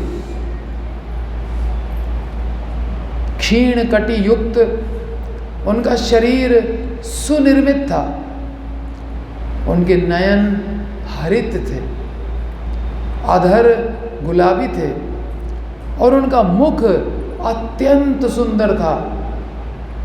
बिखरे हुए केश, विभिन्न प्रकार के कर्णफूल उनके मुख की शोभा में वृद्धि कर रहे थे। पैरों में उन्होंने रत्न जटित नूपुर पहने थे। रुक्मिणी जी के शरीर की आभा तथा सौंदर्य से ऐसा प्रतीत होता था मानो महान कवियों द्वारा वर्णित सौंदर्य को किसी चित्रकार ने अपने चित्र में साकार कर दिया हो। महान महान कवियों ने जो रूप का वर्णन किया हो किसी का भी, तो सारा सौंदर्य ला के एक चित्र में रख दिया हो। रुक्मिणी जी के वक्ष उन्नत थे, जिससे संकेत मिलता है कि वे मात्र एक किशोरी थी और उनकी आयु 13 या 14 वर्ष से अधिक नहीं थी। उनका सौंदर्य श्री कृष्ण को आकर्षित करने के लिए था। यद्यपि अन्य राजा उनकी सुंदर छवि को देख रहे थे, किंतु उन्हें तनिक भी गर्व नहीं हुआ कि कौन कौन हमको देख रहा है। उनके नयन चंचल थे, कृष्ण को ढूंढ रहे हैं, नयन चंचल नयन हैं। उनके नयन चंचल थे और जब वे एक भोली भाली बालिका की भांति अत्यंत सरलता से मुस्काती थी तो उनके दांत कमल के समान प्रतीत होते थे। वे आशा कर रही थी कि श्री कृष्ण किसी भी क्षण उन्हें ले जाएंगे। अतः वे मंथर गति से घर की ओर बढ़ने लगी। खूब धीरे धीरे चल रही हैं, ऐसा ना हो जल्दी जल्दी चल के घर पहुंच जाए, पता लगा कृष्ण आए नहीं। धीरे धीरे चल रही हैं, एकदम मंथर गति से। उनके पग राज हंस की भांति पड़ रहे थे और उनके नूपुर मंद स्वर में बज रहे थे। धीरे धीरे कदम बढ़ा रही हैं तो मंद स्वर में नूपुरों की ध्वनि आ रही, जैसे कि पहले ही स्पष्ट कर दिया गया है। वहां पर एकत्र महान शूरवीर राजा रुक्मिणी के सौंदर्य से इतने प्रभावित हो गए थे कि वे लगभग चेतनाहीन हो गए थे, अब बेहोश जैसे हो रहे थे रूप देख करके। वासना से पूर्ण होकर अपने सौंदर्य की उनके सौंदर्य से तुलना करते हुए रुक्मिणी जी का हाथ पाने की निरर्थक कामना कर रहे थे। किंतु श्रीमती रुक्मिणी को उनमें से किसी में रुचि नहीं थी। अपने हृदय में वे केवल यही आशा कर रही थी कि श्री कृष्ण आकर उन्हें ले जाएंगे। जब वे अपने बाएं हाथ की उंगली का आभूषण ठीक कर रही थी, बाएं हाथ की एक उंगली की अंगूठी थोड़ी टेढ़ी हो गई, उसको सीधा करने लगी। जब वे बाएं हाथ की उंगली का आभूषण ठीक कर रही थी तो उनकी दृष्टि राजाओं पर पड़ी। थोड़ा सा घूंघट हटा और राजाओं पर दृष्टि पड़ गई। अचानक उन्होंने देखा कि उन राजाओं के मध्य श्री कृष्ण भी उपस्थित हैं। हरि बोल। यद्यपि रुक्मिणी जी ने पहले कभी श्री कृष्ण के दर्शन नहीं किए थे, केवल सुना ही सुना था, और सुना तो काल्यवन ने भी था। वो जब पहचान गया तो रुक्मिणी क्यों ना पहचाने। दोनों को नारद मुनि ने ही बताया था। लेकिन एक कितना शरणागत हो गया सुन सुन करके, दूसरा सुन सुन करके शत्रुता कर रहा है। संग करना नहीं आया नारद का। नारद दोनों को मिले, भगवान ने नारद को दोनों के पास भेजा। भगवान सत्संग सबको प्रोवाइड करते हैं, हम संग करना नहीं जानते, शरणागत होकर के संग नहीं करते, बुद्धि का प्रयोग करते हैं, साधु की गलती निकालते हैं, अपना सत्यानाश कर लेते हैं। हर जन्म में यही किया, अब संभल जाएं। ये रुक्मिणी देखिए कृष्ण को पा रही है, वही सुन सुन के। अचानक उन्होंने देखा कि कृष्ण भी उन राजाओं के बीच में उपस्थित हैं। यद्यपि रुक्मिणी जी ने पहले कभी कृष्ण के दर्शन नहीं किए थे, तथापि वे सदैव उनका चिंतन करती रहती थी। चिंतन बहुत महत्वपूर्ण है। चिंतन होगा तो कृष्ण सामने आएंगे तो हम पहचान लेंगे, चिंतन नहीं होगा तो नहीं पहचान पाएंगे। ठीक है। भक्त्या माम अभिजानाति। रूप गोस्वामी हर समय चिंतन में रहते हैं भगवान के। तो प्रयागराज में वही भगवान कृष्ण सन्यासी रूप में बिंदु माधव मंदिर के सामने उद्दंड नृत्य कर रहे हैं। दोनों आंखों से प्रेमाश्रु बह रहे हैं। गंगा जमुना सरस्वती आज तक प्रयाग को नहीं डुबो पाई, जो चैतन्य महाप्रभु के अश्रुओं ने डुबो दिया।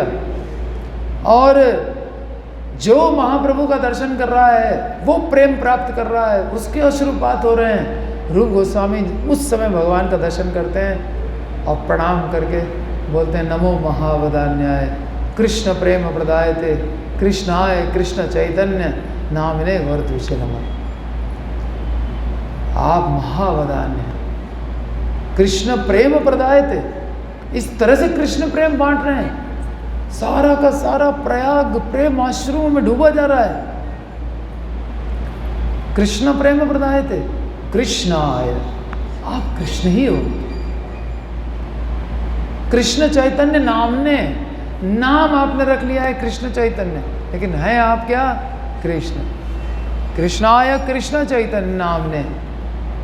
और शरीर आपने सांवले के बजाय गोरा धारण कर लिया है। गौरत्वशे नमः।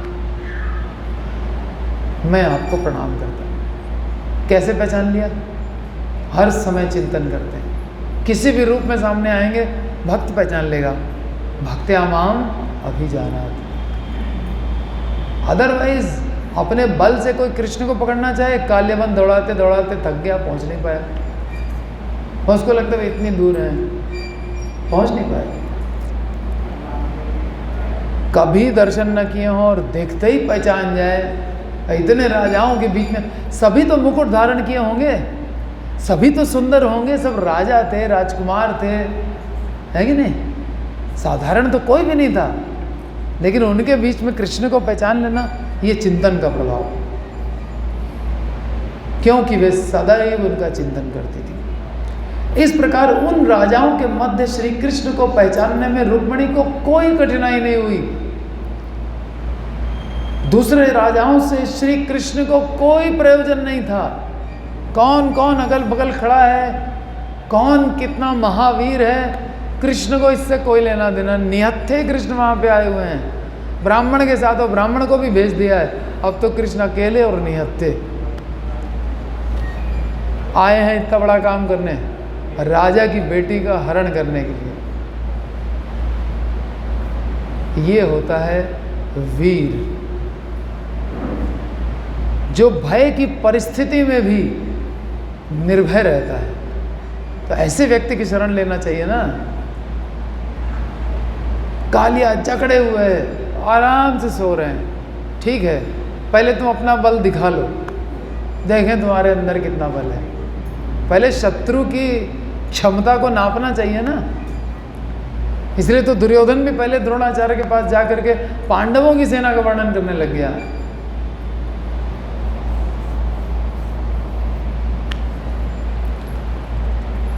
कोई कठिनाई नहीं हुई पहचानने में, और दूसरे राजाओं से श्री कृष्ण को कोई प्रयोजन नहीं है। अतः उन्होंने तत्काल रुक्मणी को अपने रथ पर बैठा लिया। कोई लेना देना नहीं किसी से। निताई गौर प्रेमानंदे, हरि हरि बोल। कौन राजा खड़े हैं नहीं खड़े हैं, वैसे ही वो मूर्छित हुए जा रहे हैं, लटके हुए हैं सौंदर्य ही देख करके रुक्मणी का एक झलक पा करके। तत्काल श्री कृष्ण ने रुक्मणी को हाथ पकड़ करके रथ पर बैठा लिया। श्री कृष्ण का रथ गरुड़ के चिन्ह, गरुड़ के चित्र वाली ध्वजा से युक्त था। तदनंतर वे निर्भय रूप से धीरे धीरे आगे बढ़ने लगे। अरे भाई अब तो भाग चलो, अब तो सब भक्त यही सोच रहे होंगे फटाफट भागे होंगे, लेकिन नहीं, इनको कोई चिंता है किसी की। धीरे धीरे रथ चल रहा है। हम भी यही हो, तुम ही होते तो कहते प्रभु अब तो जल्दी चलो। क्या है, धीरे धीरे चलने लगे। जिस प्रकार सिंह सियारों के मध्य से हिरन को ले जाए, उसको कोई सियारों का डर होता है क्या? आराम से लेके चल रहा है। उसी प्रकार श्री कृष्ण रुक्मणी को ले गए। इसी बीच यदुवंश के सैनिकों को लेकर बलराम जी भी वहां आ गए। कहा अच्छा पीछे आओगे तुम लोग, आओ हमसे पहले ले टक्कर। बलराम जी आके खड़े हो गए दीवार बन के। श्री कृष्ण के द्वारा अनेक बार पराजित होने वाला जरासंध, अब जरासंध की हिम्मत ही ना पड़े कि बलराम तो बगल में दबा लेता है हमको और बांधने लगता है पतली पतली डोरियों से। कोई मेरी हैसियत ही नहीं, कोई इज्जत नहीं। और 17 बार कर चुका, 18वीं बार भाग गए थे और अब की बार फिर देख लिया उसने। लेकिन फिर भी जो गुरु मिले विरंच सम मूर्ख हृदय न चेत, मूर्ख को चेतना कहाँ आती है? यद्यपि सुधा बरसेल जलद, फूले फले न बेत। बेत में कभी फल फूल नहीं आता, चाहे अमृत की वर्षा बादलों से हो जाए। ऐसे मूर्ख को कभी चेतना नहीं आती, चाहे ब्रह्मा जैसा गुरु मिल जाए। फिर वही, ये ऐसे क्यों बैठते हैं, ये ऐसे क्यों चलते हैं, उन्होंने ऐसे क्यों कह दिया, इतना हम नहीं कर सकते। क्यों नहीं कर सकते? फिर क्यों शिष्यत्व ग्रहण किया जब तुमसे इतना नहीं हो रहा है? गुरु आज्ञा का सरेंडर होकर के पूर्ण रूप से पालन करने की सामर्थ्य नहीं थी तो क्यों शिष्य बन गए जाकर के? भगवान ने बुलाया था आ जाओ मेरे शिष्य बन जाओ, या प्रभुपाद ने बुलाया था? हम अपनी स्वेच्छा से गए थे ना सरेंडर होने के लिए, तो फिर क्या प्रॉब्लम आ रही है? मूर्ख हृदय न चित। गुरु परंपरा में होने से और बहुत श्रेष्ठ होने से क्या हुआ?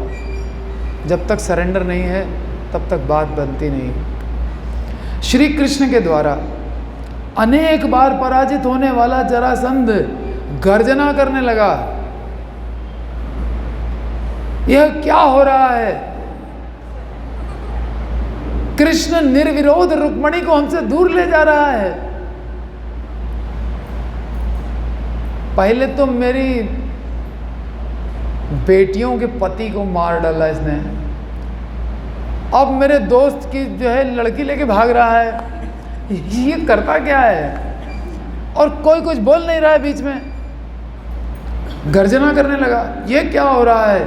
कृष्ण निर्विरोध हमसे रुक्मणी को दूर ले जा रहा है। हमारे शूरवीर धनुर्धर योद्धा होने से क्या लाभ है? प्रिय राजाओं देखो, इस कार्य से हम अपनी कीर्ति खो रहे हैं। क्या बेइज्जती होगी हम लोग की? इसको अपनी इज्जत बहुत प्यारी है। पहले कहता है हम कृष्ण बलराम से लड़ेंगे नहीं, कहीं ये नाती हैं, ये बच्चे हैं, बच्चों से लड़के अपनी बेइज्जती करानी क्या।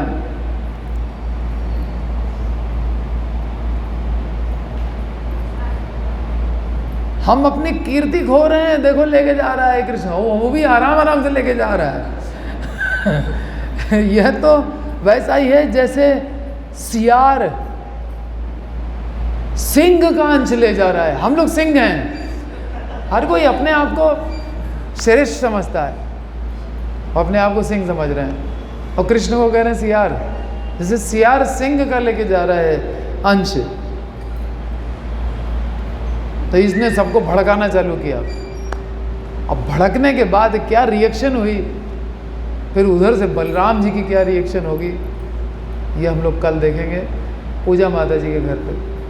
निताई गौर प्रेमानंदे। फिर कल शाम को कथा होगी और इसी के आगे कंटिन्यू करेंगे। निताई गौर प्रेमानंदे, निताई गौर प्रेमानंदे, निताई गौर प्रेमानंदे।